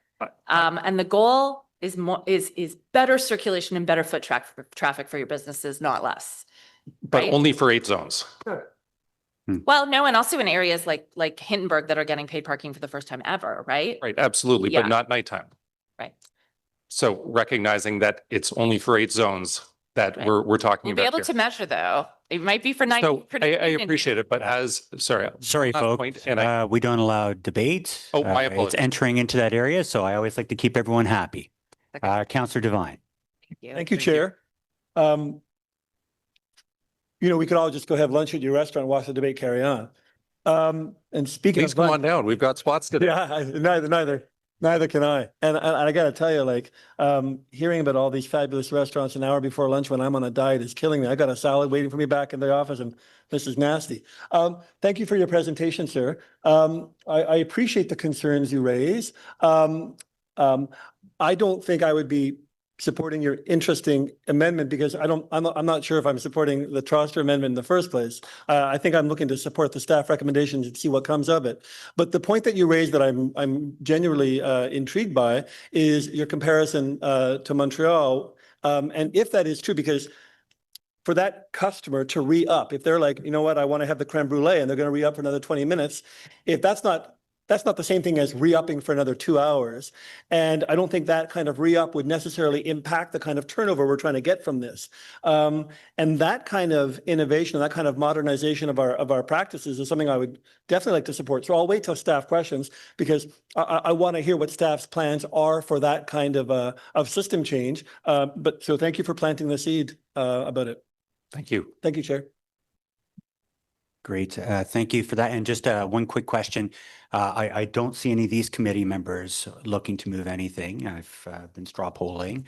It took a lot to get to this point. I'll be very frank with you. We're dealing with a lot of cats. I know I've been the lovely face for this, but at the same time, that's why I've reached out personally to get feedback. Have you looked at, when we talk about the Sundays, which I've heard from a lot of people, the brunch crowd, the church crowd, we've seen a big focus on employees. What are your employees saying about you advocating to say paid Sundays is fine, where they would still have to pay? So the bulk of our employees take public transit or walk. I can't speak to other business owners, but the bulk of ours either pay, Becta is different because they can get validated underground parking at a pretty reasonable rate. But for those that play in Gazeligan, the Byward Market, and in Westboro, most of them take public transit or walk. So from a staffing point, that's not it. So I recognize this will be a burden. Brunch at Gazelig is our busiest service period, Saturdays and Sundays, and this will have a huge impact on that. And I recognize that, but I also recognize it's more important to protect the evenings when we have large groups like pharmaceutical groups or birthday parties or graduations, and they come, there's no way that they're finishing in under 2 hours. If they arrive at 5 or 5:30, they literally have to go and move their car by 300 meters to be able to stay with their loved ones or with their business group. Yeah, and just to get this back on track and be cognizant of everyone's time, because I know there's questions for staff. So I've heard from many people, I think employee parking has been kind of the discussion as a majority here today. It's not much of an issue for me. So you have no concern about the employee parking situation on this? I recognize change is necessary, as I advocated for with paid parking when I was a member of the Westboro BIA. Judy, by the way, from the Westboro BIA did send a letter in today, wasn't able to be here. So I'd encourage all the committee members to read that. Yes, in our drive. Yeah.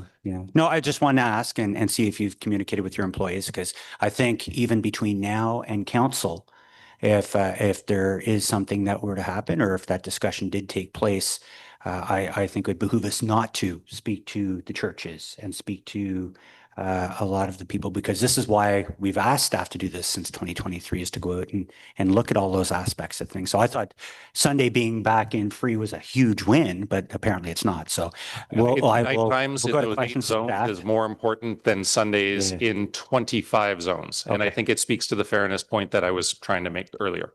Sure enough.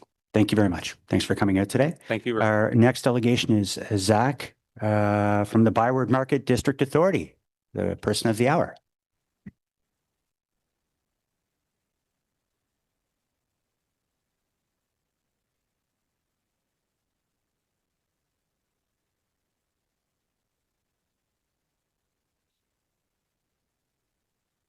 So while we're waiting for Zach to arrive, I will go to Steve Minook. Steve, where's your Vikings jersey, man?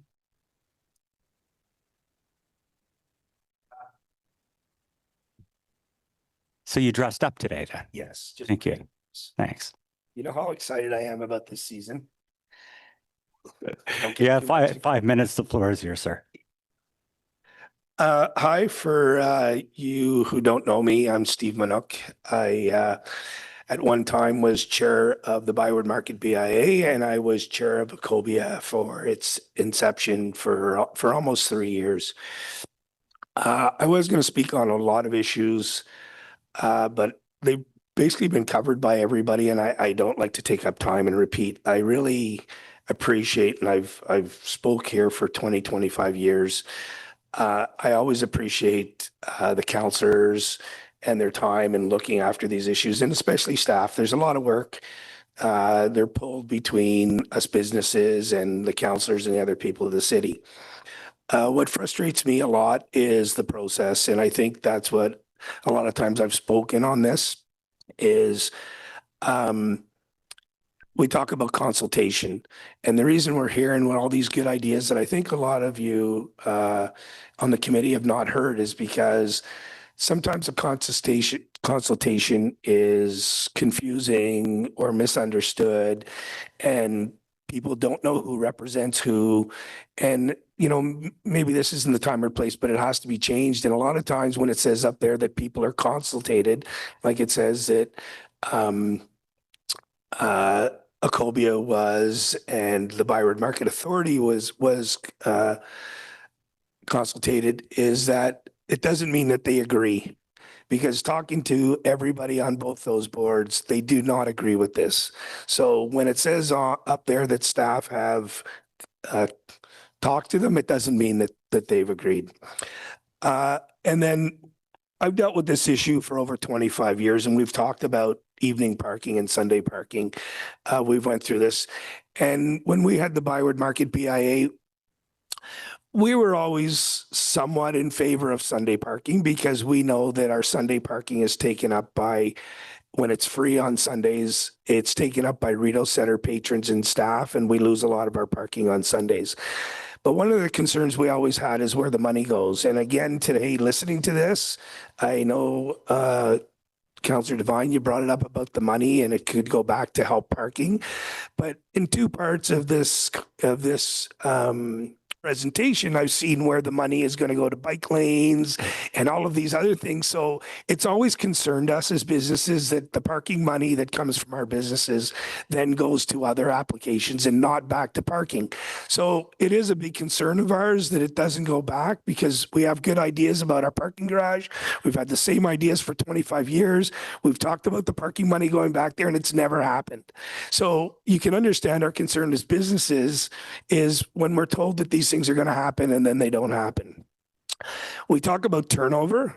And again, I don't know if this is true, but I'll bring it up from what I hear about from some staff and stuff, that it doesn't create a lot of turnover. And one of the reasons is from what I understand, on the 2-hour parking, you can go get a ticket from one of the machines and put it in your car.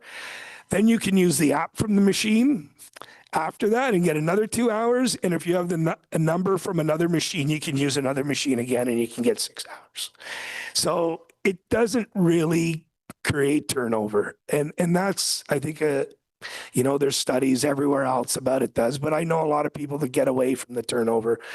So I guess my point is I appreciate all the hard work that everybody's done, but I don't think that we've really looked deep enough into this issue and the effects of the issue. And I'm asking for, if we do have to go to Sunday, I think Sunday, and a couple of people brought it up, is a lesser of the evil.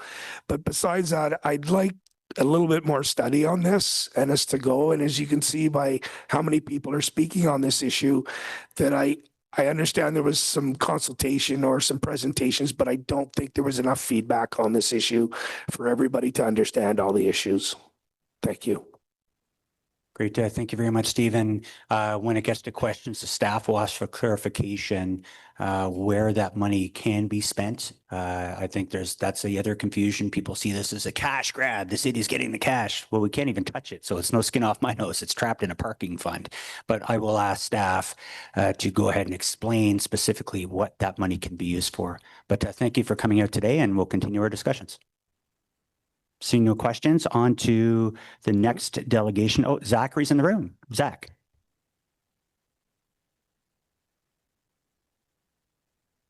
Hello, everyone. Thank you very much for the time today. I hope you can all hear me. Sorry for the technical difficulties logging in.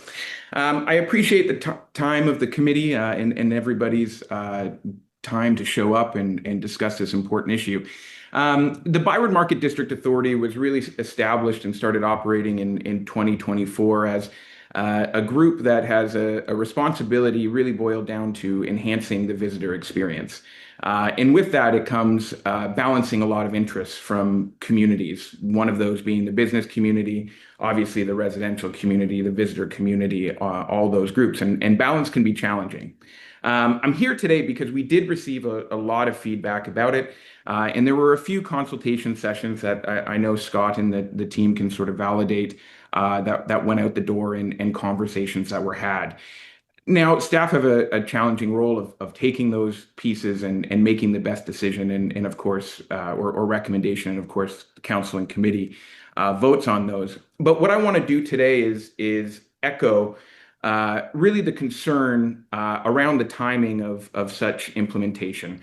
There has been a lot that the business community, restaurant, retail have gone through in the last number of years. And I think what you've heard here is there's a variety of opinions on how to address those issues. But for businesses in Byward, I can confirm parking is the #1 concern that they have. And so what this motion looks to do is to create more turnover. And that's the lever that the city staff are recommending.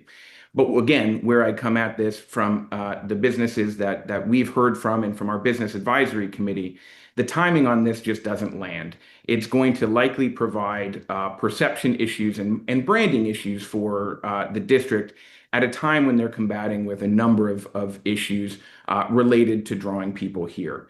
Now, we also understand, and I think it's important to acknowledge, and I'm not saying density isn't important in our downtown cores, but the city of Ottawa has continually expanded its urban boundary, really leading to an environment of the car and driving of its importance. So I can appreciate the concern that's raised in terms of folks and their customers traversing what is a large city. The last point that I'll leave you with, and I think it's been talked about quite a bit, but I would encourage as a next step to try and address these issues, really looking at what's possible within that Municipal Parking Act and how those dollars can be applied in the areas in which they're levied from. Byward Market, whether it be through ticket revenue, parking revenue, property tax, commercial tax, really does fund the continued expansion of Ottawa and by a result, increased car use. So I'll leave you with this. Again, I want to thank all the businesses that showed up. I think this is exactly what committees are for, and I think you're hearing directly from them. But I think the timing of the implementation on this lever to turn over more parking needs to be considered as of the detrimental impacts it can have on that perception piece. But I am optimistic that we'll get some further data over the next 17 or 18 months and review this issue again. Thank you for your time. Thank you very much for coming out today, Zach. Seeing no questions today, I thank you for that. And again, look forward to working with you further to ensure we have stronger communications in the future. But I do want to thank you for taking part today. Now we'll go to questions to staff. I'm sure we'll have quite a few, so I'll just wait for members to raise their hands. And thank you, staff. Maybe while we're waiting, can we clarify right out of the gate while I'm waiting for some hands to go up in regards to where this money goes to and what it could be spent on? I think there's a lot of confusion on that, and I think we have to really clarify that. This does not go to general revenues. I can't take this and build a park. I can't take it and put up some fancy swing set. I can't do any of that stuff, correct? Chair, that's correct. The parking fee revenues are considered a user fee. So under the Municipal Act, they need to be spent in relation to what they're collected for. So we have two tests when considering where we can apply these funds. The first is that there must be an alignment with the municipal park management strategy. And the second is that there must be a reasonable connection to parking. So we cover our program costs, obviously, life cycle requirements, and that's both relating to facilities as well as our renewal of our equipment, which is upcoming. And then we heavily, because this is part of the mandate of our municipal park management program, we support sustainable modes of transportation. So things like EV charging, bike parking. We support the maintenance of OC Transport Park and Rides. So just a few examples there. Councillor Johnson. Thank you, Chair. So yeah, certainly to follow up on what the Chair was saying, the idea that this is a tax or a tariff, I even heard the word tariff. Can you help us to understand how a user fee is not those things? Yeah, for sure. Chair, certainly the revenue collected as indicated, I mean, parking is considered a closed system, so any additional revenue at the end of the year gets allocated to a parking reserve fund. And those funds become available down the road. And a good example is the renewal of the equipment, so we have funds available to do that. As new facility requirements are identified, we have funds available to do that. And there's a lot of, with the public realm initiatives underway in the Byward market, there is some of the allocations that are in place are to support those to ensure replacement of parking and additional parking where required. Thank you very much for that clarity. And I'd also like to ask you to offer some comments on how the business community was consulted. I think we heard many delegations today say that they felt surprised by this, but also, you know, in your presentation and your report, you suggest that this has actually been underway since before COVID and was delayed by COVID. So I'm struggling to understand, you know, what the mechanisms were, or whether we think that we need to pass around the conversation again. Absolutely. So, Chair, well, we've been undertaking this process, and that's been since late 2023. We've had 3 phases of consultation, and through those, you know, we've tried to work carefully with Acobia and then the individual BIAs, and through the latter phases, all BIAs with paid parking, we engaged with them, and there was either an invite or a consultation session at least twice for each of those BIAs. And that includes the Byward Market District Authority. So a lot of great feedback through that process, and we certainly, I will add, we have our parking stakeholder consultation group, which I alluded to in the presentation. We had 3 sessions meeting with them through each phase of the consultation, and there are BIA representatives with that group as well. So, you know, what I'm picking up on, you know, when it comes to the process and dissatisfaction with the process, is often when we go out and we consult with the public on something and we come to a different conclusion, that can feel very, you know, dismissive of the feedback that we've received, right? And that is part of the challenge of doing, you know, meaningful community consultations. Can you help me to understand whether in those consultations the business community did support the changes generally, or no, and then we decided to use other evidence to support the decisions? Chair, I would certainly say that there was a mix of feedback coming from the businesses when we did consult. There was a range of, in some cases, understanding of us following through on what was originally being sought, which was consistent criteria applied across the different businesses, and how the outcomes achieved that. But granted, there was absolutely concern as well expressed by those perceived impacts of what paid parking could mean in the extended hours. Thanks for this. So, you know, as a suburban person who used to have a social life before children and intends to have one again someday, when I move around the city, I have to say, you know, when I make choices about where I'm going to be, certainly I have driven around Westboro looking for a parking spot. I've chosen not to go to Westboro because I know I won't find a parking spot because of the knowing that there's not going to be any turnover there. But I also don't go downtown because I can't get there without a tremendous amount of congestion.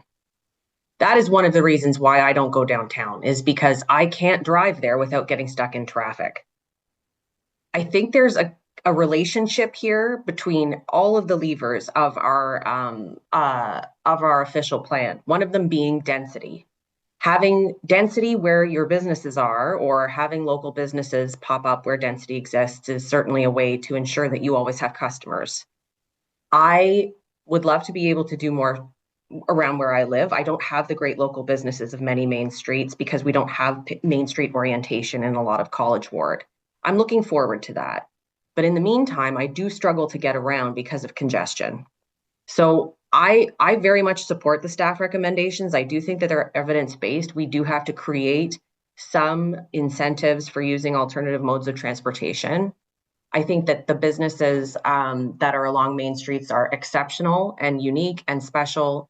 And I hope that we can create more of those main streets where I live. But as for now, I think we do need to create turnover so that I can get to where I'd like to enjoy a nice meal on my special occasions as well. And I don't currently have that opportunity given congestion throughout the city. So I want to thank staff for this. I know this is a tough one, and I appreciate the motion that shows a little more incrementalism on the changes. I think that's very healthy and responsive to community needs, and I'll look forward to supporting both the motion and the staff recommendation. Thank you. Thank you very much, Councillor Johnson. Councillor Lowe.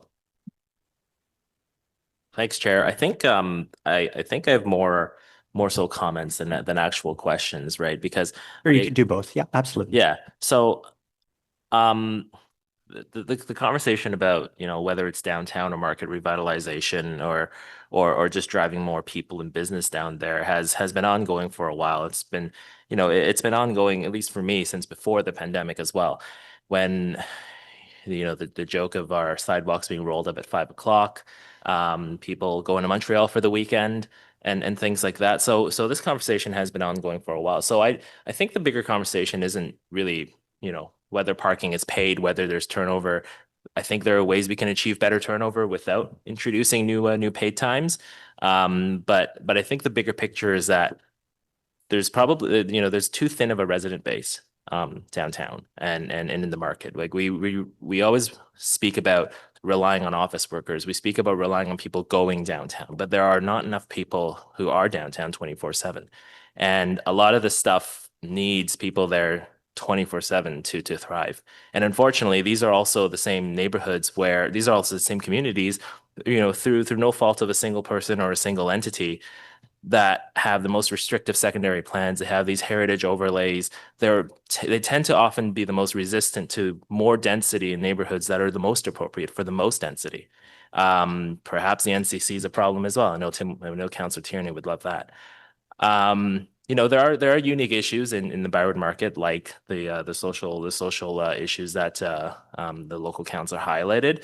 But you know, communities like this, like yesterday's planning meeting, for example, where we spent an hour debating 2 meters, is a perfect example of this resistance to a place, you know, resistance to density in a place that's most appropriate for this stuff. So, you know, I hope I hope our biggest takeaway from this conversation isn't whether or not we do more parking, more paid parking rather, or if we expand limits into the evenings and weekends and stuff. I hope our takeaway is that the revitalization for these areas, or driving more business, driving more people to these businesses rather, I should say, in a sustainable manner, relies on more people being in these communities full time, instead of relying on people going there 9 to 5 Monday to Friday, or 5 to 9. Well, I guess mostly Thursday and Friday, but those are my comments. I had questions, but they were sort of already addressed and asked. So thank you. Thank you very much for those comments, Councillor Devine. Thank you, Chair. I do have some comments, including some echoing my colleagues, but I have some questions first. So if one of the primary goals of the staff recommendation is clearly to encourage turnover, is it reasonable to say that if the Troster motion were to pass, that we would see ourselves losing a certain amount of potential turnover, particularly from the loss of some of the where the Troster motion seeks to pull back from your recommendation? So, you know, by lowering the paid from 9 to 7:30, by pulling off paid parking on Sunday, would the byproduct of that be that we lose turnover on those times? Chair, the intent of what is being recommended in terms of updating our rate setting guidelines to put these measures in place to adjust rates is to look at the busier areas at the busier times and ensure that we have an appropriate level of turnover. Scaling back the hours would just leave us in the same state that we are currently in those extended hours. So it would be after 7:30, right? Given the motion. So there would be we'd achieve part of what we're kind of aiming to get to, but we would expect to continue to see not an increase in turnover, but a continuation of the same level of turnover we're seeing right now in those busier later hours. Yeah, I would be inclined to agree. Similar question with regards to another one of the stated goals of your recommendations, which is the reduction of GHG emissions. And if, as we heard from the delegate from EnviroCenter, and if Donald Shoup has made it clear that a certain amount of driving around, looking for a parking space will have an impact on GHG emissions. Can I just ask, in your recommendations, knowing that reduction of GHG was a target, had you been able to quantify how much anticipated reduction in GHG could be from those recommendations if fully implemented?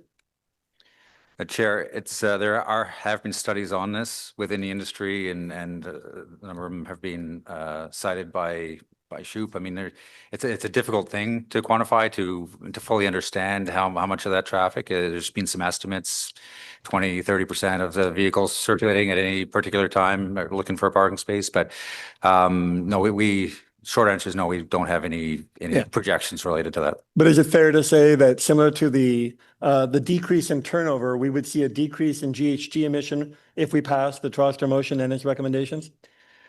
The information we have is that, yes, that is correct. And if that is, possibly seen as a compromise, do you see benefits from the restrictions that would come from the Troster motion? Chair, sorry, I'm not sure if I understand. I guess what I'm saying is, if you've got these stated objectives, greater turnover and GHG emissions, and if, as you said, by passing the Troster motion, we kind of lose a bit of those goals, do you see a corollary benefit from what comes from the Troster motion? Is there a trade-off there that you'd find supportable? Potentially, Sir Chair, potentially. Again, during those busier times that we're not touching, we would continue to see similar levels of lack of available parking. So we would continue to see, higher levels of circulation at those times. So it mitigates, but I don't see necessarily a trade-off occurring. Okay. Can you speak? So when Mr. Becta was talking about what in Montreal they have that, pay parking by app where you can re-up for a certain amount of time, it sounds like Councillor Troster said that staff is steering towards that direction. If we are developing anything in that regard, can you speak to it? Chair, absolutely. So I can provide a quick overview of where we stand from a technology standpoint. And we do have a pay-by-phone service, which has been available to residents since 2012. And actually, about 40% of our transactions right now are through pay-by-phone, so it's well established. Where we are moving next is to actually add a vendor into that space. And we'll be doing so by 2027. So there'll be multiple vendors, which will allow for some kind of competition and potentially some additional features. But we are also going to be replacing our terminals, our payment kiosks, with upcoming procurement and moving from pay and display technology to pay by plate technology. And that we expect to see within the next year or so. So some of the discussion that occurred previously was with regards to time limits and being able to re-up. So as it stands right now in Ottawa, what's posted on the sign is the regulation, right? So if it says 2 hours, then that is the maximum amount of time that somebody can park for, and parking beyond that would be in contravention of the bylaw. So it is what was suggested is correct, that through the app, you don't have that ability to re-up while you're sitting having dinner. And that is purposeful because if we did allow that, somebody could pay, but also be susceptible to a ticket. If their card being chalked for duration and they park for longer than 2 hours, then even though if they pay for 4 hours, they would be at risk of a ticket, right? Because the sign says maximum limit of 2 hours. So that is the limitation in which we're working in. That you know, without a bylaw amendment, some sort of review, that's our reality. I only have a little bit of time left and I'll probably get back on, but just to wrap up on that issue on the pay by app, that element you speak to there, where because the stated signage says you can't go forward, and if you re-up, you may be subject to a fine. Might that restriction or that current state, might that be something that could be reviewed in the future? As part of the traffic and parking bylaw review, that is certainly something that could be considered. It's I don't want to speak for traffic services in that sense, but certain. And the last little question on that, because if as I understand correctly now, if you do have to switch parking spots, you have to walk, as I believe a delegate said, 300 meters, which I can understand why that would be a bit of a burden while your dinner's getting cold. Might that element of it be something that is subject to review? Chair, I'm sure anything could be considered if the traffic and parking bylaw was to be opened up and kind of a fulsome review take place. All right. Thank you. I'll get back on chair later on. Councillor DesRoches. Yeah, thanks, Chair. I'm going to be supporting the amendment, and I think it eases our way to addressing some of the concerns. I'm interested in the review that would be undertaken on the effectiveness of the measures. And through that review, I'm just wondering, question to staff, are we able to get at some point who is actually the customer base now in the market, which is evolving? I agree with some of my colleagues that I think positive change in the downtown core and areas like this are going to come with greater densification of population, with shifting some of the federal buildings, hopefully in a timely fashion, to residential. That's not something this council has invented in this term of council. I think it's something we've been saying for many, many years. I know the BIAs were here today and they are working extremely hard to shop local and to stay in their community, whether it be Barrhaven or different parts of the city. We've been encouraging strong buy local campaigns. And I think over the years, the market has suffered, if you will, or changed as a result of that.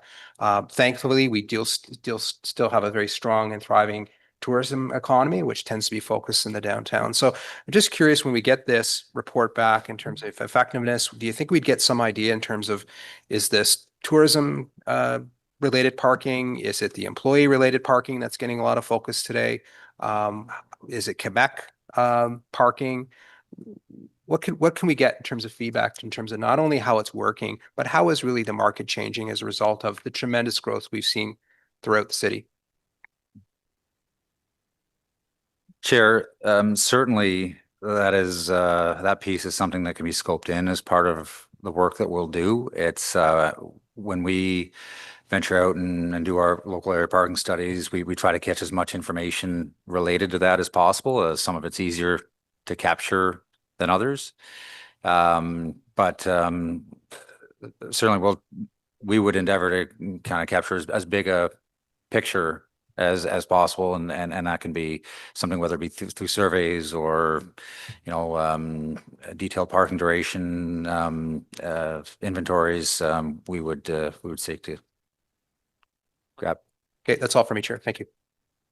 Great. Councillor Troster, Vice Chair Troster, sorry. Thank you so much. And actually, my question is similar to Councillor DesRoches, but I'm just, so we're saying, okay, so if we go halfway with this compromise motion, we're going to look at the data and then there'll be a recommendation for 2027. So what metrics are we using? You said surveys, how do we tell if this is having the desired impact of moving, increasing the ability of finding parking? I assume we get the data right off the meters. If you could give me a granular sense of what we'll have in front of us to make a new decision or a revised decision in 2027. Sure, absolutely. So we lean heavily on two metrics, not exclusively, but we do lean heavily on occupancy and parking duration, right, which is a function of turnover. So that is something that obviously capturing. We have an extensive amount of data, to this point, and we'll continue to collect that to kind of set that baseline. moving towards the implementation of these changes that are, part of this report and clarified as part of the motion. But obviously it's more than that. And I touched on it with my previous answers that there's a deeper dive that can occur to kind of more fully understand the general patterns that are at play in terms of the where those parkers are coming from and what their purpose in the area is. So we'll lean heavily on the data that that kind of forms the core of what we do, but obviously expand out as required. Okay, and I understand, I'm hearing fear from some restaurant owners that this could be a disincentive. And so I know they'll be looking at their own bottom line during that period of time. Is there a way to capture that data too? Although I will also say correlation is not causation. That's the tricky part because there's a lot of other things going on, other reasons.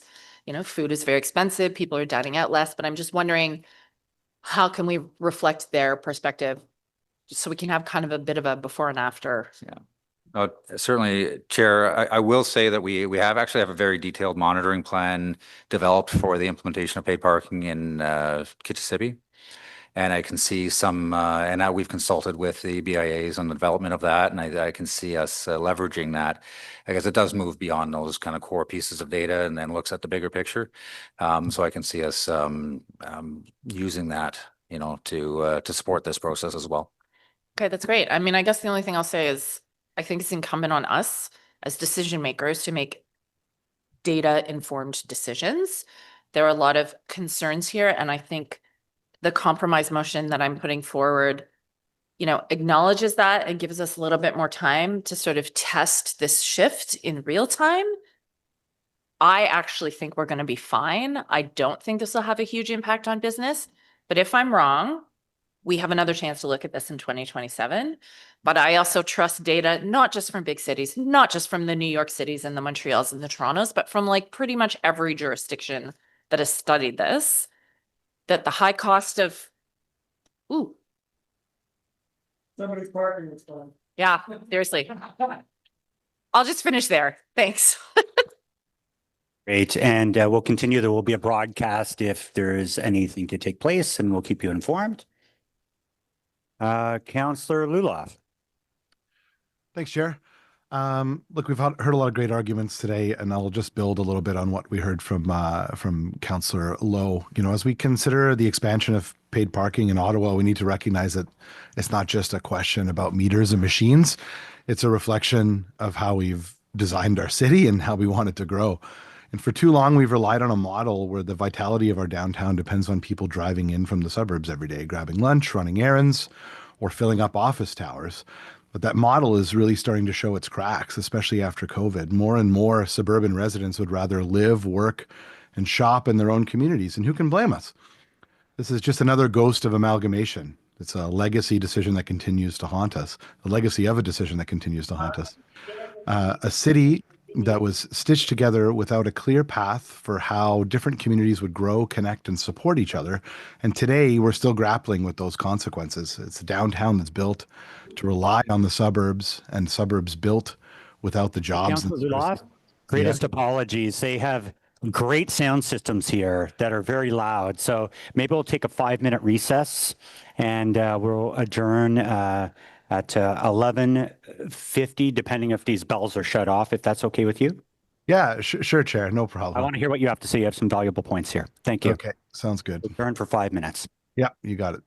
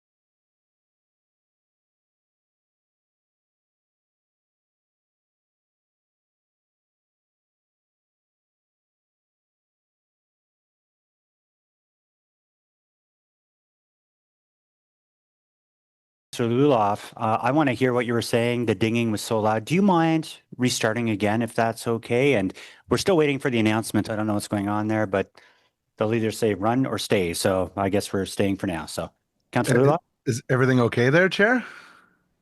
We're quite fine. Please Okay, good. Okay. As we consider the expansion of paid parking here in Ottawa, we need to recognize that this isn't just a question of meters and machines, that it's a reflection of how we've designed our city and how we want to grow. And for too long, we've relied on a model where the vitality of our downtown depends on people driving in from the suburbs every day, grabbing lunch, running errands, or filling up office towers. But that model is starting to show its cracks, especially after COVID. More and more suburban residents would rather live, work, and shop in their own communities. We've heard that today, and who can blame us? This is yet another ghost of amalgamation, a legacy of a decision that continues to haunt us as a city. A city that was stitched together without a clear plan for how different communities would grow, connect, and support each other. And today we're still grappling with the consequences. We have a downtown that's built to rely on the suburbs and suburbs built without the jobs and services that people need. And we're growing out here in the suburbs. Councillor Kitts will tell you that. We're maturing. And with that growth comes the responsibility to support local jobs and services closer to where people live. If we want to reduce greenhouse gas emissions like we've heard today and build a more sustainable city, we need to stop asking people to commute across town for things they should be able to access nearby. And at the same time, if we want a vibrant downtown, we need to stop treating it like a place people only go during business hours. We need more housing in the core. We need more people living near the restaurants, shops, and services that we're trying to sustain. Because when people live nearby, they don't need to drive there and they don't need to pay for parking. They don't have to worry about parking at all because they can walk.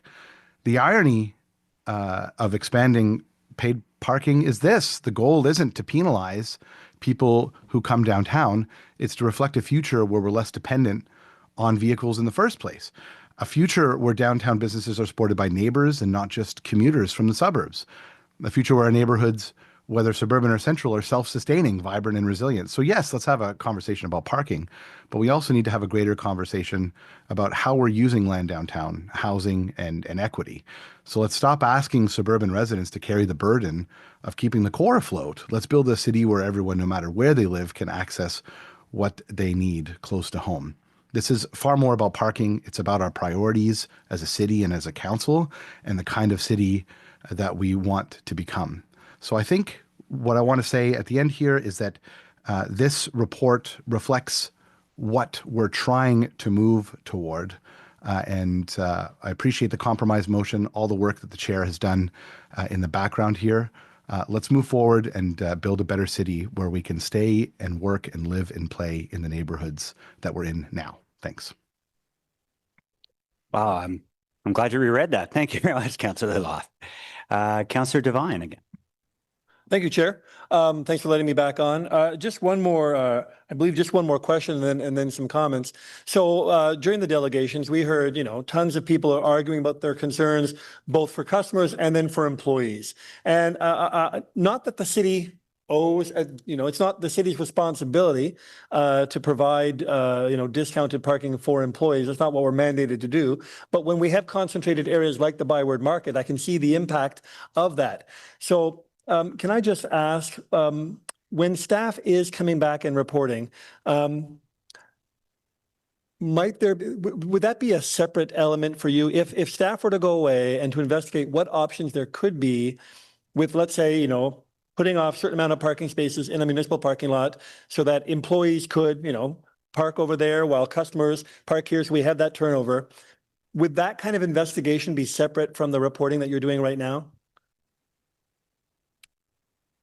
Chair, I certainly see that as being something that would be rolled into that study if we were directed to report back in 2027. I think there's an opportunity, and certainly, the concerns that have been expressed around employee parking and trying to find solutions around that, although our focus is on more the short-term parking, but seeing what we can do across the board is something we'd be looking to roll up into that report back. Thank you, because I appreciate that you're going to be reporting back on this in the first place.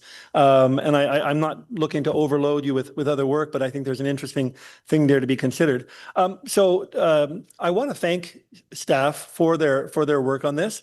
I remember having a conversation with you, Scott, well over a year ago, where I was looking forward to all of the important changes you're bringing to parking for the city, and I was looking forward to this one. And I absolutely applaud and support the staff recommendations. I'd like to even say that they're innovative, but even as you presented in your slide deck, we're really just catching up to some other cities. And I would love us to catch up to other cities. And when I was speaking to a delegate trying to compare, whether it's, other cities in Ottawa, and they say that, well, I hear this all the time, it drives me batty. Well, Ottawa is not like those other cities. And the thing that I get frequently frustrated by is that staff brings, bold change to the city. You offer us the chance to head off in a bold direction, even just to catch up to other cities. And what do? We pour water onto it. And it comes back being something diluted from the ideals that you're trying to strive for. So I certainly appreciate the effort. And I'm very glad that we got to hear Councillor Luloff get back on the mic there, because I fundamentally agree that what we have here is, a lack of cohesion in the city. And I'm glad that my colleague, Councillor Johnson, spoke about congestion of getting into city, and Councillor Lowe spoke about the density of. I've been listening to, when I'm hearing people on, let's say, CFRA talk daily about, they work in the market. And when they talk about the problem of getting to the market or getting to work there, they're not talking so much about the parking issue as much as the journey getting in there, the congestion journey getting in there. And if we listen to what Councillor Luloff is advocating for, if we build these areas not to attract people from far off, but to service the people that live in those areas, we can be alleviating those. Same thing with Councillor Lowe's impressive comments on advocating for better density within those areas. So I will be supporting the staff recommendations. I think those are the direction we should be going. I don't see the corollary benefits of the compromises in the Troxter motion. I will not be supporting that. I'd like us to move in the direction that the city to its core knows it should be moving towards. So thank you for that. Thank you, Chair. Great, thank you. And seeing no other questions, I have a couple just to follow up. During this whole process, Scott, you've done a tremendous job. You're doing exactly what council directed. Council is the ultimate authority, but we are no experts. Let's make that very clear. So we depend on you guys, and you've done a thorough effort. When I asked you how many times you've met or consulted or discussed with people, it works out to approximately 30 times with, I think it's about 6 different groups, including the Byward Market District Authority, Ecobia. It would be about 30 times that there has been consultations. At any point, especially the most final cuts of it, did anyone come out and firmly say no? And on top of that, I think we've discovered, why are they not telling their own businesses? This is the challenge I'm having with this, because it's when it gets to this level where we've done so much work as a city, you've done exactly what we've asked you to do. Obviously, you can't comment why these groups are not telling their businesses about this, but you've done your due diligence to make sure those organizations are fully aware, and no one has firmly come out and said no, formed a position. Chair, certainly, and I'll repeat how I qualified it earlier, is that we certainly received a mix of feedback, and from at a number of points, there certainly was concern expressed, right?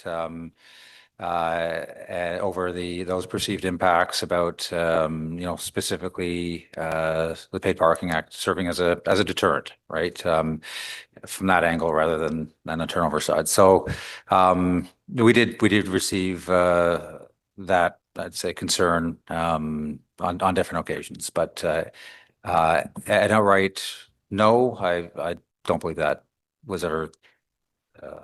You're being kind, and that's fine, and you do you, and we'll do our political side, but that's what it is.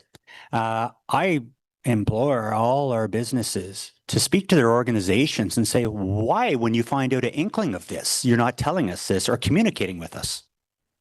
I think that would go a long way, because we've gone so far down the road to work on this. This hasn't been done in a vacuum. It's been happening for years. That being said, that's a political thing. That's something that we're going to ensure that we force that discussion to take place in the future.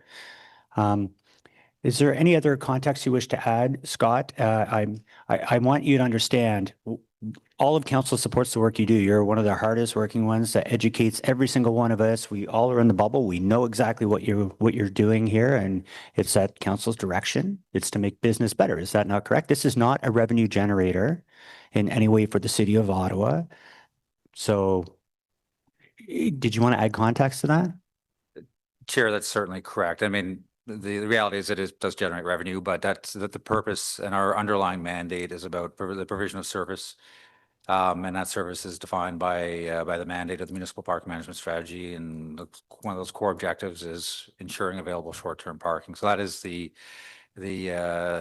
primary driver here. Right. Oh, and just to clarify, sorry, the revenue under the Municipal Act, if people don't understand, the Municipal Act is guided by the province. We're not making it up. They say it has to go into a bucket that we can't access for anything in the city except for parking related items. And you explained that before, correct? Correct. Right. Okay, So good. yes. Yeah. Yeah. Nope. That's good. I appreciate the opportunity, but It's good clarity because I think people think we're using this as a cash grab, and it is not the case. So at this point, I think I'll just add some additional commentary very quickly. I consider myself a professional cat herder. I have no problem taking bullets on this, getting out there and speaking publicly about these issues. But at the same time, it's a two-way street. We need our businesses to engage their organizations. I think that's really critical. And that's what we're witnessing here is it's the 11th hour. And suddenly they're going, hey, why is this happening? If I owned a business, I'd stay on top of it pretty firmly. So I'm kind of failing to understand how we've got to this point, but with working with Councillor Troster specifically and Councillor Plant to her credit, I think we found something that I'm hoping we'll have enough votes here today. I think it could be a little tighter, but that will allow us to get us to the next gate, which would be before council. I know all the businesses that were here today were saying, well, start charging people on Sundays and just give us back the 5:30. I think the compromise to 7:30 is good. I think if we start looking at the Sundays between now and council, I'd want to consult the church communities, the brunch communities, all those people, and the employees that have to pay for the parking on those Sundays. We don't pay for parking. That's not our job for employees. But certainly that's what we've heard today. A lot of this discussions are around employee parking. That being said, there was a lot of great comments by Councillor Devine as well about looking at opportunities in the future, along with the 2-hour current window for parking with our new sets of meters coming in. There could be more opportunity in the future. But at least it's good to move in this direction, see what happens, and reevaluate and continue to work with our business community. So on that, I'm going to ask for the amending motion, Vice Chair Troster's motion. I'll call for a recorded vote. Marcia? Councillor Luloff, Yes. Councillor Dudas, Yes. Councillor Gower, Councillor Johnson, Yes. Councillor Devine, No. Councillor Bradley, Yes. Councillor Troster, Yes. Councillor DeRoche, Wait. Councillor Lowe, Yes. Vice Chair Kitts, and Chair Tooney. Yes. 8 yeas, 1 nay. Great, thank you. And on is the actual item, the staff report that you've done terrific work on, is that carried as amended? As amended. And at this point, I'm going to give my seat to Vice Chair Troster. So forgive the name unless you want to change it on here. We're moving on to the next item onto the agenda.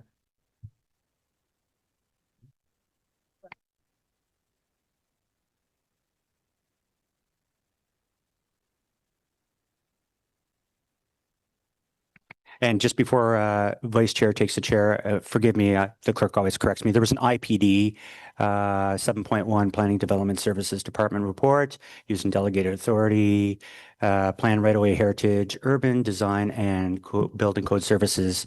Did anyone want that added to the agenda, or is that carried? Carried?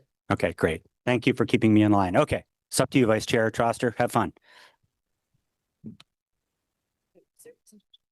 No, President. Okay. I get to take your chair. Is it warm? It's warm. Thank you so much, everybody. So now we are moving on to a motion by Councillor Tierney on Bank Street Active Transportation and Transit Priority Feasibility Study. Do we need to read the motion in? Chair Tierney? Do you need to read your motion in?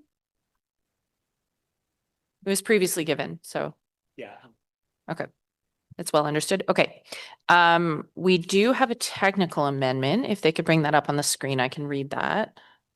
Or Councillor Tierney can, because he's Chair Tierney, because he's vice chair right now. Do you want to read? I'll go right ahead there. Thank you. Whereas it's covering the report that was item circulated to members of council without planning and development and building code services comment, therefore be it resolved that the report be amended to include the following. Planning and Development Building Services Department. As part of the current scope of the Bank Street Active Transportation and Transit Priority Feasibility Story impacts the adjacent community are being considered in the evaluation of options. This motion be approved. Staff will explain the scope and consult the assignments to undertake more detailed analysis of the community impacts and potential mitigation measures. This will work and can be undertaken within the department's existing budgetary authority and not expected to impact the overall project schedule, which is targeted for completion this fall. Thank you, Madam Chair. Thank you so much. I understand we have a few delegations. The first one we have on deck is Marko Milijusevic. Is he online? Okay, Marko, you have your 5 minutes. Welcome.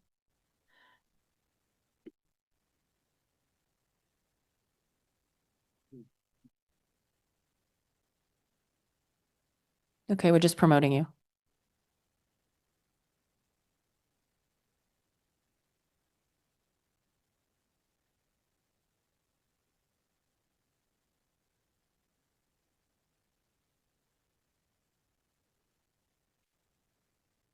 Okay, we're going to message him. I see Derek Simpson is in the room. So Derek, do you mind coming up first? Thank you so much. From the Centertown Community Association, the chair of the Transportation Committee.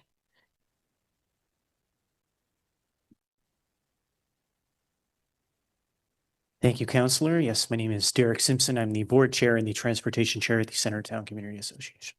So the Bank Street Transit Study had its first public consultation in June 2024. Almost a year later, we've barely... Hello, testing. Can you guys hear me okay? Or... Do we want to go to Marko? All right. Great. Marko, Derek's going to go first just because we had some trouble getting you online, and then you can go second. Okay, go ahead.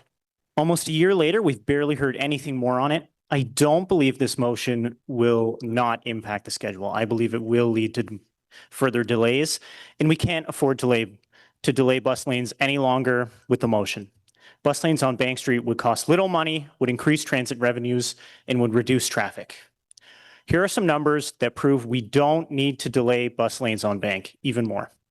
Number one, the Centertown Community Association's Transportation Committee voted bus lanes on Bank Street as our #1 priority for 2025. 100,000. That's the combined weekly ridership for the 6 and 7, Bank Street's main bus routes.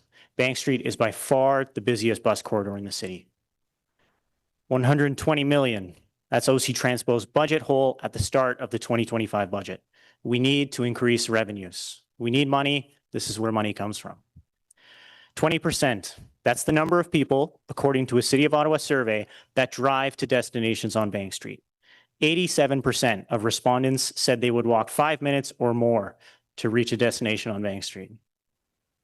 Now for some parking stats. 1,000. That's the number of parking spots at Lansdowne. 143. That's the number of street parking spots on Bank in the study area. 7% is the percentage of parking in the study area that is street parking on Bank. There's a lot of additional parking in the area. Just earlier today, we heard from Todd Brown, involved in a group of 28 restaurants who cited Toronto and Montreal's great public transit as a reason for those cities' restaurants' success. I'll provide one final example to show how much the community cares about this issue. A community group I'm involved with decided to purchase ads at the Mayfair Theatre to support bus lanes. It was out of our price range, but we saw it as a good opportunity to support a local business. We reached out to the community and raised enough money in less than 2 hours. People really care about this issue. Next Thursday, May 29th, we're taking over the sign out in front of the Mayfair with a special message promoting bus lanes on Bank Street. To conclude, bus lanes would be good for our finances and ridership. They have support from the community, and they would not take any significant parking away from the area. Any and every issue will have some opposition. It doesn't mean we should increase red tape and bureaucracy to slow down community-supported solutions. I encourage you to vote against this motion and to speed up the implementation of faster buses and less traffic on Bank. Thank you. Thank you, Derek. Are there any questions? Thank you so much for being here. Okay, Marco, you're up next. Hello, can you guys hear me okay? Sweet. Sorry about the technical issues earlier. Yeah, my name is Marco. I'm a board member of Strong Towns Ottawa, and I've been following this study with the group ever since it was made public over a year ago. While I can understand where the motion comes from, especially residents who might be concerned about extra traffic in their streets, I will say it strikes me as odd to continue adding requirements for more studying to a study that is already extremely behind schedule. For reference, the study is originally supposed to have its second public consultation about 5 months ago. That's been delayed over and over again. At a certain point, we have to stop studying things and actually just do them. We're never going to have every single variable perfectly mapped before making a decision. And from all the examples and data that we currently have from our own city and elsewhere around the world, there's no reason to assume that there's going to be some huge issues that come from improving transit along Bank Street. Even if there were, those are things that can be solved afterwards with fairly easy changes to local roads to prevent cut-through traffic, or even implementing paid parking to cut down on cruising in the area. As we heard earlier in the parking delegations, the city staff even acknowledge that adding paid parking cuts down on cruising and people driving around neighborhoods. So if that's a concern, it's something we can look into. We currently know that this section of Bank Street is one of the most delayed sections in the whole city for buses, and we know that this section of Bank Street is one that carries the most riders in our whole transit system with lines 6 and 7. So I don't think we should be delaying this even further. We cannot keep delaying the improvement of a vital transit corridor, especially when the city is constantly worrying about ridership numbers and doesn't have the money to make larger investments. This is the perfect time to make small and meaningful changes as soon as possible to help reinstill confidence in our transit system. We also can't afford to keep wasting money on more and more studies as a city. At a certain point, you just have to go and do it. Earlier today, during the discussion about parking rates, multiple business owners talked about other cities that have better public transit and how it makes their business districts a success. So listen to your own business owners. They seem to understand that it makes what it takes to make a business thrive, and that's better public transit. Regarding petitions, our group has been speaking to local businesses, transit riders, people shopping along Bank, and more. And we've heard tons of overall support from every one of these groups. Every single time we've had discussions with people about 24/7 bus lanes, they are almost unanimously in support. We've had over 200 people sign our petition in support of the 24/7 bus lanes on Bank, and we get more coming in every day. The city's conducted a survey asking responders what they would like to see done in the area. We ended up requesting the full data set and analyzed it in our own time. The data is fairly unanimous. Out of almost 3,000 responses, over 87% of people said they'd walk at least 5 minutes after parking to reach their destination. 67.7% said they'd walk at least 10 minutes. And the clear first place choice of options was bus lanes, which was selected as the first option out of 6 by a whopping 34% of people, or close to 1,000 responses, as their first option. Almost every single demographic of responses, from people who get to Bank by bus, by car, walking, had bus lanes in their top 3 choices. Even people who drive there. 78% of responses, or a whopping 4 out of 5 people, chose a preferred option that wasn't parking or driving lanes for cars. That means about 2,200 people said that they wanted bus lanes, bike lanes, wider sidewalks, or more trees instead of parking. Are we going to deny these 2,200 people what they want because a couple of locals are worried about something that may or may not even happen? The nice thing about swapping to something like parking over to bus lanes is that it's very easy to undo if something does not work out well.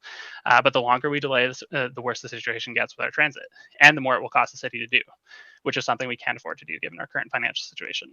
More studying just means more and more costs added onto something that should be a relatively simple and inexpensive change and can be reversed very easily.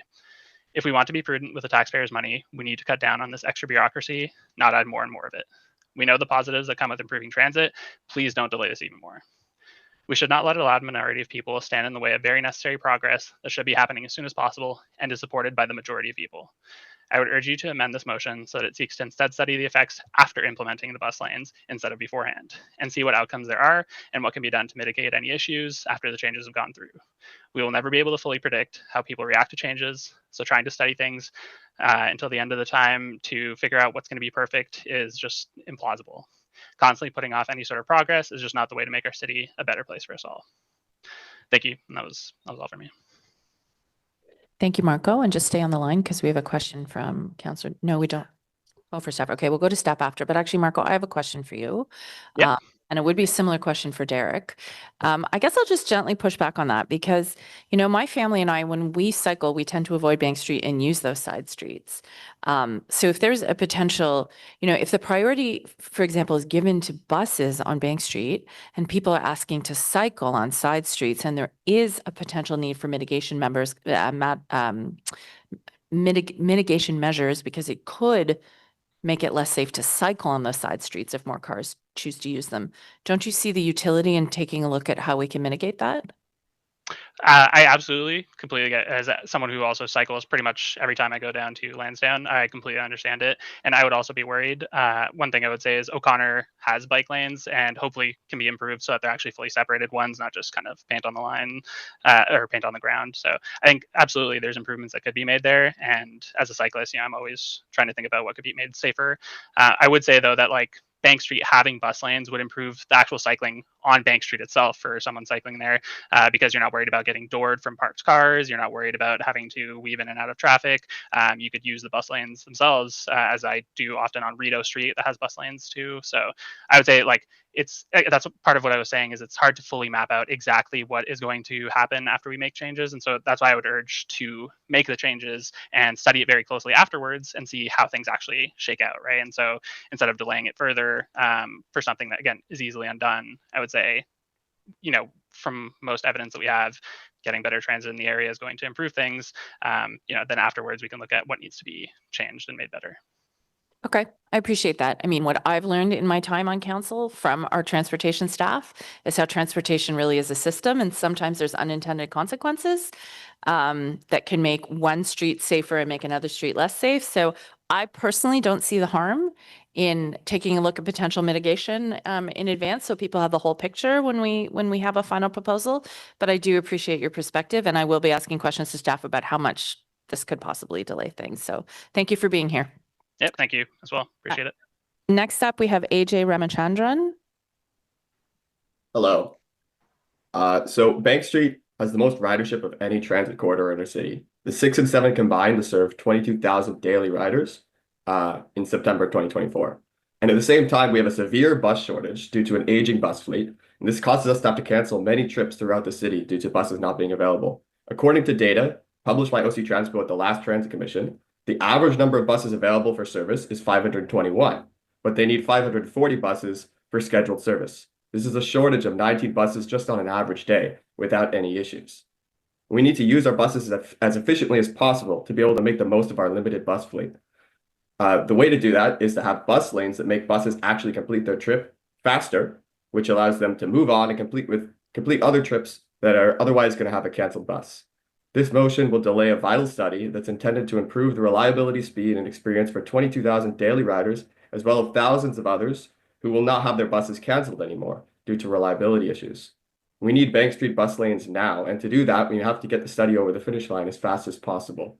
We can't keep delaying this. This study has been going on for years at this point.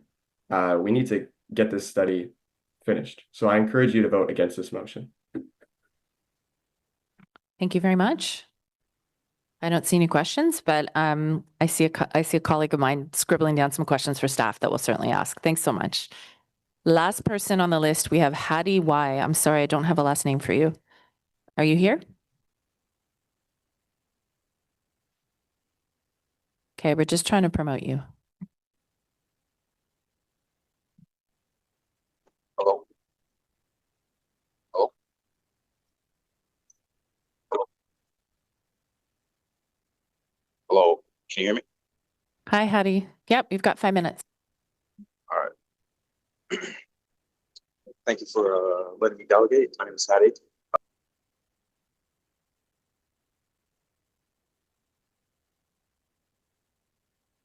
I'm sorry, we're not hearing you.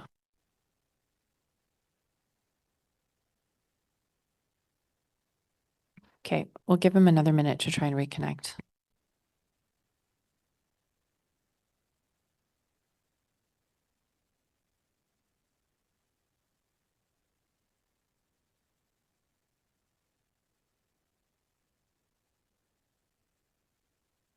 Hi, how do you see you on the screen now? You have 5 minutes. You just need to unmute. Yeah, sorry, I got disconnected for some reason. All right. Thank you for allowing me to delegate. My name is Adi. I would have to agree with most of the points stated. Bank Street is possibly the busiest street in the city and serves the most amount of transit riders anywhere else in the network without even a source of transit.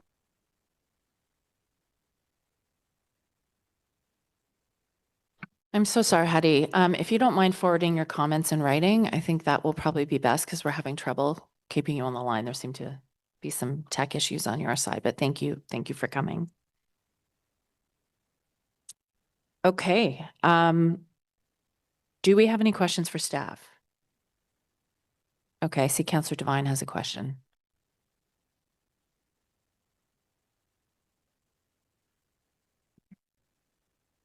It's Jennifer. Hi, Jennifer. So the kind of work that the motion is asking that staff do, i.e. to just, to take a look at what might be the corollary impacts of the feasibility study on the neighboring area, is that kind of work that you'd already be doing in the feasibility study that is already being planned? Through the chair. So at a high level, yes, we'd be looking at community impacts. This motion would let us go a little bit more into the details in terms of the volumes of traffic that might be seen on those side streets and if there's any potential mitigation measures that would be proposed. But at a high level, when we're looking at evaluation of options, yes, impacts to the community would be part of the analysis. Right, because I'm fundamentally trying to just get a sense of the rationale or necessity for a broadening of the scope. I don't imagine that when we're doing, if there was going to be like a new road widening project in my ward and there's going to be a feasibility study for it, I don't think necessarily we'd broaden the scope of the feasibility study just to consider the impact that that might have on an active transportation. I think it's also fair to say that in the current state of Bank Street, with, as was said, one of our biggest transit corridors along with vehicle traffic, there likely is just as much cut-through traffic or corollary impact in the surrounding areas already, perhaps even more so than what might happen by improving the speed of the corridor. I guess, so my next question is, it says here that this work can be undertaken within the department's existing budget authority and is not expected to impact the overall project schedule, which is targeted for completion in the fall. But simply by broadening the scope of the study you're going to be doing here, it would, can I assume that it would at least delay the delivery of the feasibility study? Again, through the chair. So the expectation is that this analysis could be done in parallel with some of the other work that's being done on the project so that it wouldn't impact sort of the overall study timelines. It could delay potentially the start of the consultation period, but there's a lot of technical analysis that's also happening on this project. And so the work could be done in parallel. Do we do this kind of broadened study on any, are there any other parallel projects, any other active transportation and transit priority feasibility studies that we're doing elsewhere in the city where we're doing this kind of broadening of scope? Again, through the chair. So it's quite common on transportation projects that the scope of a project be amended as the project is proceeding to account from the feedback that we're hearing from the community, the results of the technical analysis. And so it might be different things that are looked at as part of those scope changes, but it's certainly a fairly standard occurrence on major transportation projects, particularly ones where there are very significant impacts, which is the case in this very constrained corridor. If this study results in, it says here, to identify potential mitigation measures, I'm not sure if it would be recommending mitigation measures, but whether it identifies or recommends, is it possible that those mitigation measures that are identified could be added to the budget of the overall project as a whole and therefore putting the overall project at risk? So at this point, there is no funding source identified for the project. I think if there were mitigation measures that were identified through this process, it would be staff's recommendation to include those mitigations as part of the project budget. And when a funding source was looked at for the project as a whole, that would be part of that. All right, thank you. I guess I'm just generally. Yeah, because my next question is I suppose to the mover, like, not that I'm an expert on this project, but this is a ward specific project, a councillor driven project. And I'm not, typically familiar with, this kind of. Did you want me to explain it? Outside, the rationale or. Perfect. So in a nutshell, obviously with a project this big and we don't have at this point, there is no recommendation. Working with staff, obviously this can be done in conjunction. Obviously, the working with the ward councillor as well. There are always concerns about impacts on the local streets in the community. We heard that as PWIC chair. Obviously, we want to ensure that the local neighborhood is also included at looking at where's the traffic going to go within the neighborhoods. If you start closing certain segments down, impacts on business. This is just an extra level to make sure it's on the record to be able to be part of that study. It has no impact on timelines. It has no impact on cost, but it's certainly, I think the community wants to hear about. And do we anticipate that this is the model going forward for any council-led project or? Well, actually, I think this is a pretty standard process to look at the affected communities. I don't think this is anything new. Okay, all right. Thank you, chairs. Thank you, Steph. Thank you so much. Councillor Johnson, you had your hand up before, or? Yeah, no, I'm okay. I think that Councillor Devine covered off most all of the questions. I think I just wanted to have it confirmed that regardless of changes in scope at this stage, staff is confident that they can still recommend the feasibility of these transit lanes independently, like that question of whether they're feasible or not is still has its own integrity. Okay, thank you. Councillor Tierney, I see Councillor Menard is on the call. Did you want to wrap or did you want to speak next? Oh, I was hoping that actually staff could answer that question. Sorry, Chair. Like, I just want to understand if the integrity of the feasibility as a question remains, regardless of whether or not local communities are uncomfortable. Because certainly, again, speaking as a suburban councillor, if I want to go to Lansdowne, I would really like to go on the bus. Like, I do not like driving down there. I do not go down there because of the congestion. I would like some other alternatives. And so I just want to make sure that in terms of its transportation planning integrity remains, regardless of what the traffic services implications might be. Like, we just need to have that as a separate conversation. Okay, is there anyone from staff who wants to address that? Yes, again, through the chair, the evaluation of alternatives is progressing. I mean, it considers the impacts to communities as part of that evaluation. So it's already being part of the review of the different options, along with all of the other impacts that we would look at when we evaluate options. So that is separate, that's continuing. And this is just an added layer of looking at what sort of mitigations could be required within the community should there be negative impacts identified through the analysis. Okay, thank you. That's great. Councillor Menard? Yeah, hi, thanks, Chair. Obviously, this is my ward, so figure I should chime in on this a little bit. I think some context is missing today, and I'll just fill folks in on how this came to be. We had a heightened character study in this area this last term of council, and as part of that heightened character study, there was a decision made to look at the transportation in this area. It's not solely on transit. It's supposed to look at cycling, transit, pedestrians, personal motor vehicles. All of that is being considered right now. Staff have done consultation on this. My office has done consultation on this, certainly.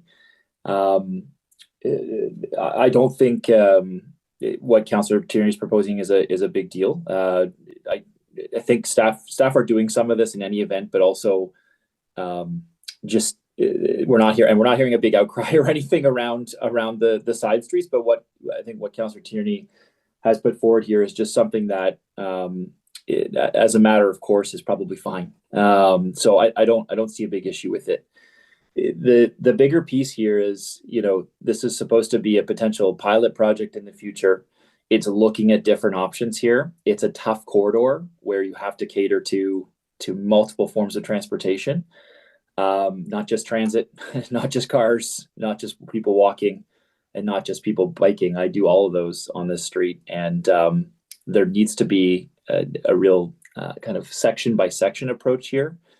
And I've communicated that to staff. I've had a good meeting with Councillor Kitts, Councillor Tierney, Councillor Troster on this. The Bank Street Bridge is different than in front of Lansdowne, which is different north of Homewood, which is different north of Glebe Avenue, which is different closer to the 417, closer to Councillor Troster's ward. So there'll be different impacts on those types of blocks depending on what we change. I think it's important here. We have to consider all modes of transportation, having some discussion about other impacts outside of this. I don't think is a big concern. It's more so what ends up getting recommended here and how we go about implementing those things on a different basis per basically block or section. So I just to chime in to say this has been ongoing for us. We chat with folks every day about this. And we're going to keep doing that in the meantime to make sure we get to a good result here that's going to improve it. And sometimes that means transformational change, and sometimes that means modest changes that can improve this for a lot of different users. So I'm hopeful we'll get there. That's all I wanted to say, Chair. Thanks. Thank you, Councillor Menard. Councillor Lowe. Thank you, Chair. Sure, Chair. If I'm reading this motion correctly, I have I don't know if the mover or maybe staff can help clarify my understanding a little bit. If I'm reading this motion correctly or not, is that normally when we do these studies and look at these streets, we sort of silo our view onto the street itself and maybe like the first few meters of all the adjoining streets. Would I be correct in assuming that this motion was necessary because we want to take a more high level look at Bank, at O'Connor, whatever the next north-south street is, and all the east-west streets as well, plus the Parkway and all, like take a more wholesome look at the community instead of just siloing our view to Bank Street? Thank you. As a mover, if it's okay, Chair. Yeah, certainly that's exactly what this is about. And, we've watched over time as well. The NCC keeps changing their ideas of things too, which affects local traffic patterns. I'm very happy to see that they're listening to the public now on a lot of things. I think that's important, but we do have to plan ahead about all those additional routes and how they all feed in. So yes, that's quite correct. That's why this is in front of us today. Okay, I know I'm grateful that we had this conversation because I was sort of semi-apprehensive to the motion initially, but now that it's been clarified, I'm more willing to support it. Thank you. That's great. Thanks so much, Councillor Lowe. Okay, I don't see any more questions. Is the amendment motion carried? Carried. Great. And is this item carried as amended? Carried. Excellent. I will turn the chair back to the chair.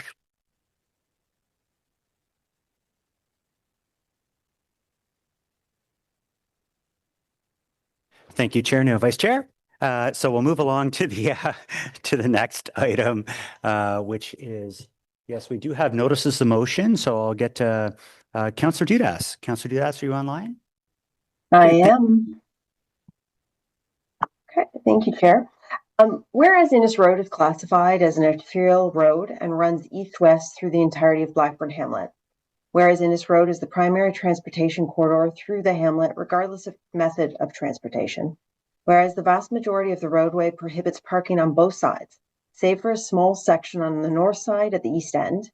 Whereas the north side of the section of Innes Road only has a mixed gravel asphalt shoulder for dropping off into a ditch. And whereas the section of roadway includes multiple bus stops and is commonly used by both pedestrians and cyclists. Whereas when vehicles are parked along this section, it forces all vulnerable users either into the ditch or into an active vehicular traffic lanes in order to pass the parked cars. Whereas the conditions under which staff have delegated authority to implement a change to the curbside regulations along the stretch of Innis Road are not met, based on the on-street parking regulation change policy as approved by Council in April 2017. Therefore, it be resolved, the Public Works and Infrastructure Committee recommend that Council approve changing existing curbside regulations along the north side of Innis Road between the Blackburn Hamlet bypass and the Western Clairou Crescent intersection to prohibit parking, and be it further resolved that corresponding no parking signage be installed as soon as practical in 2025.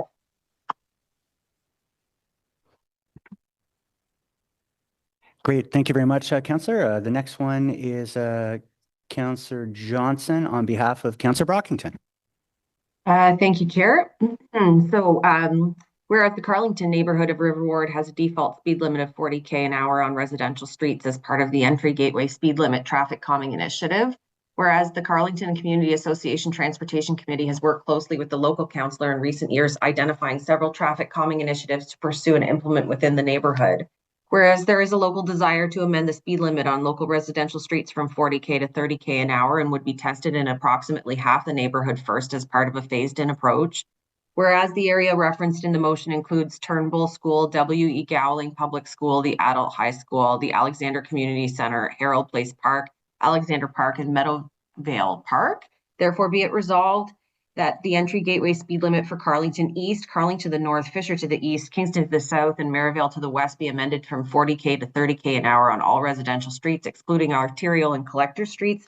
And be it further resolved that the costs associated with the implementation be covered by the River Ward Ward 16 traffic calming budget.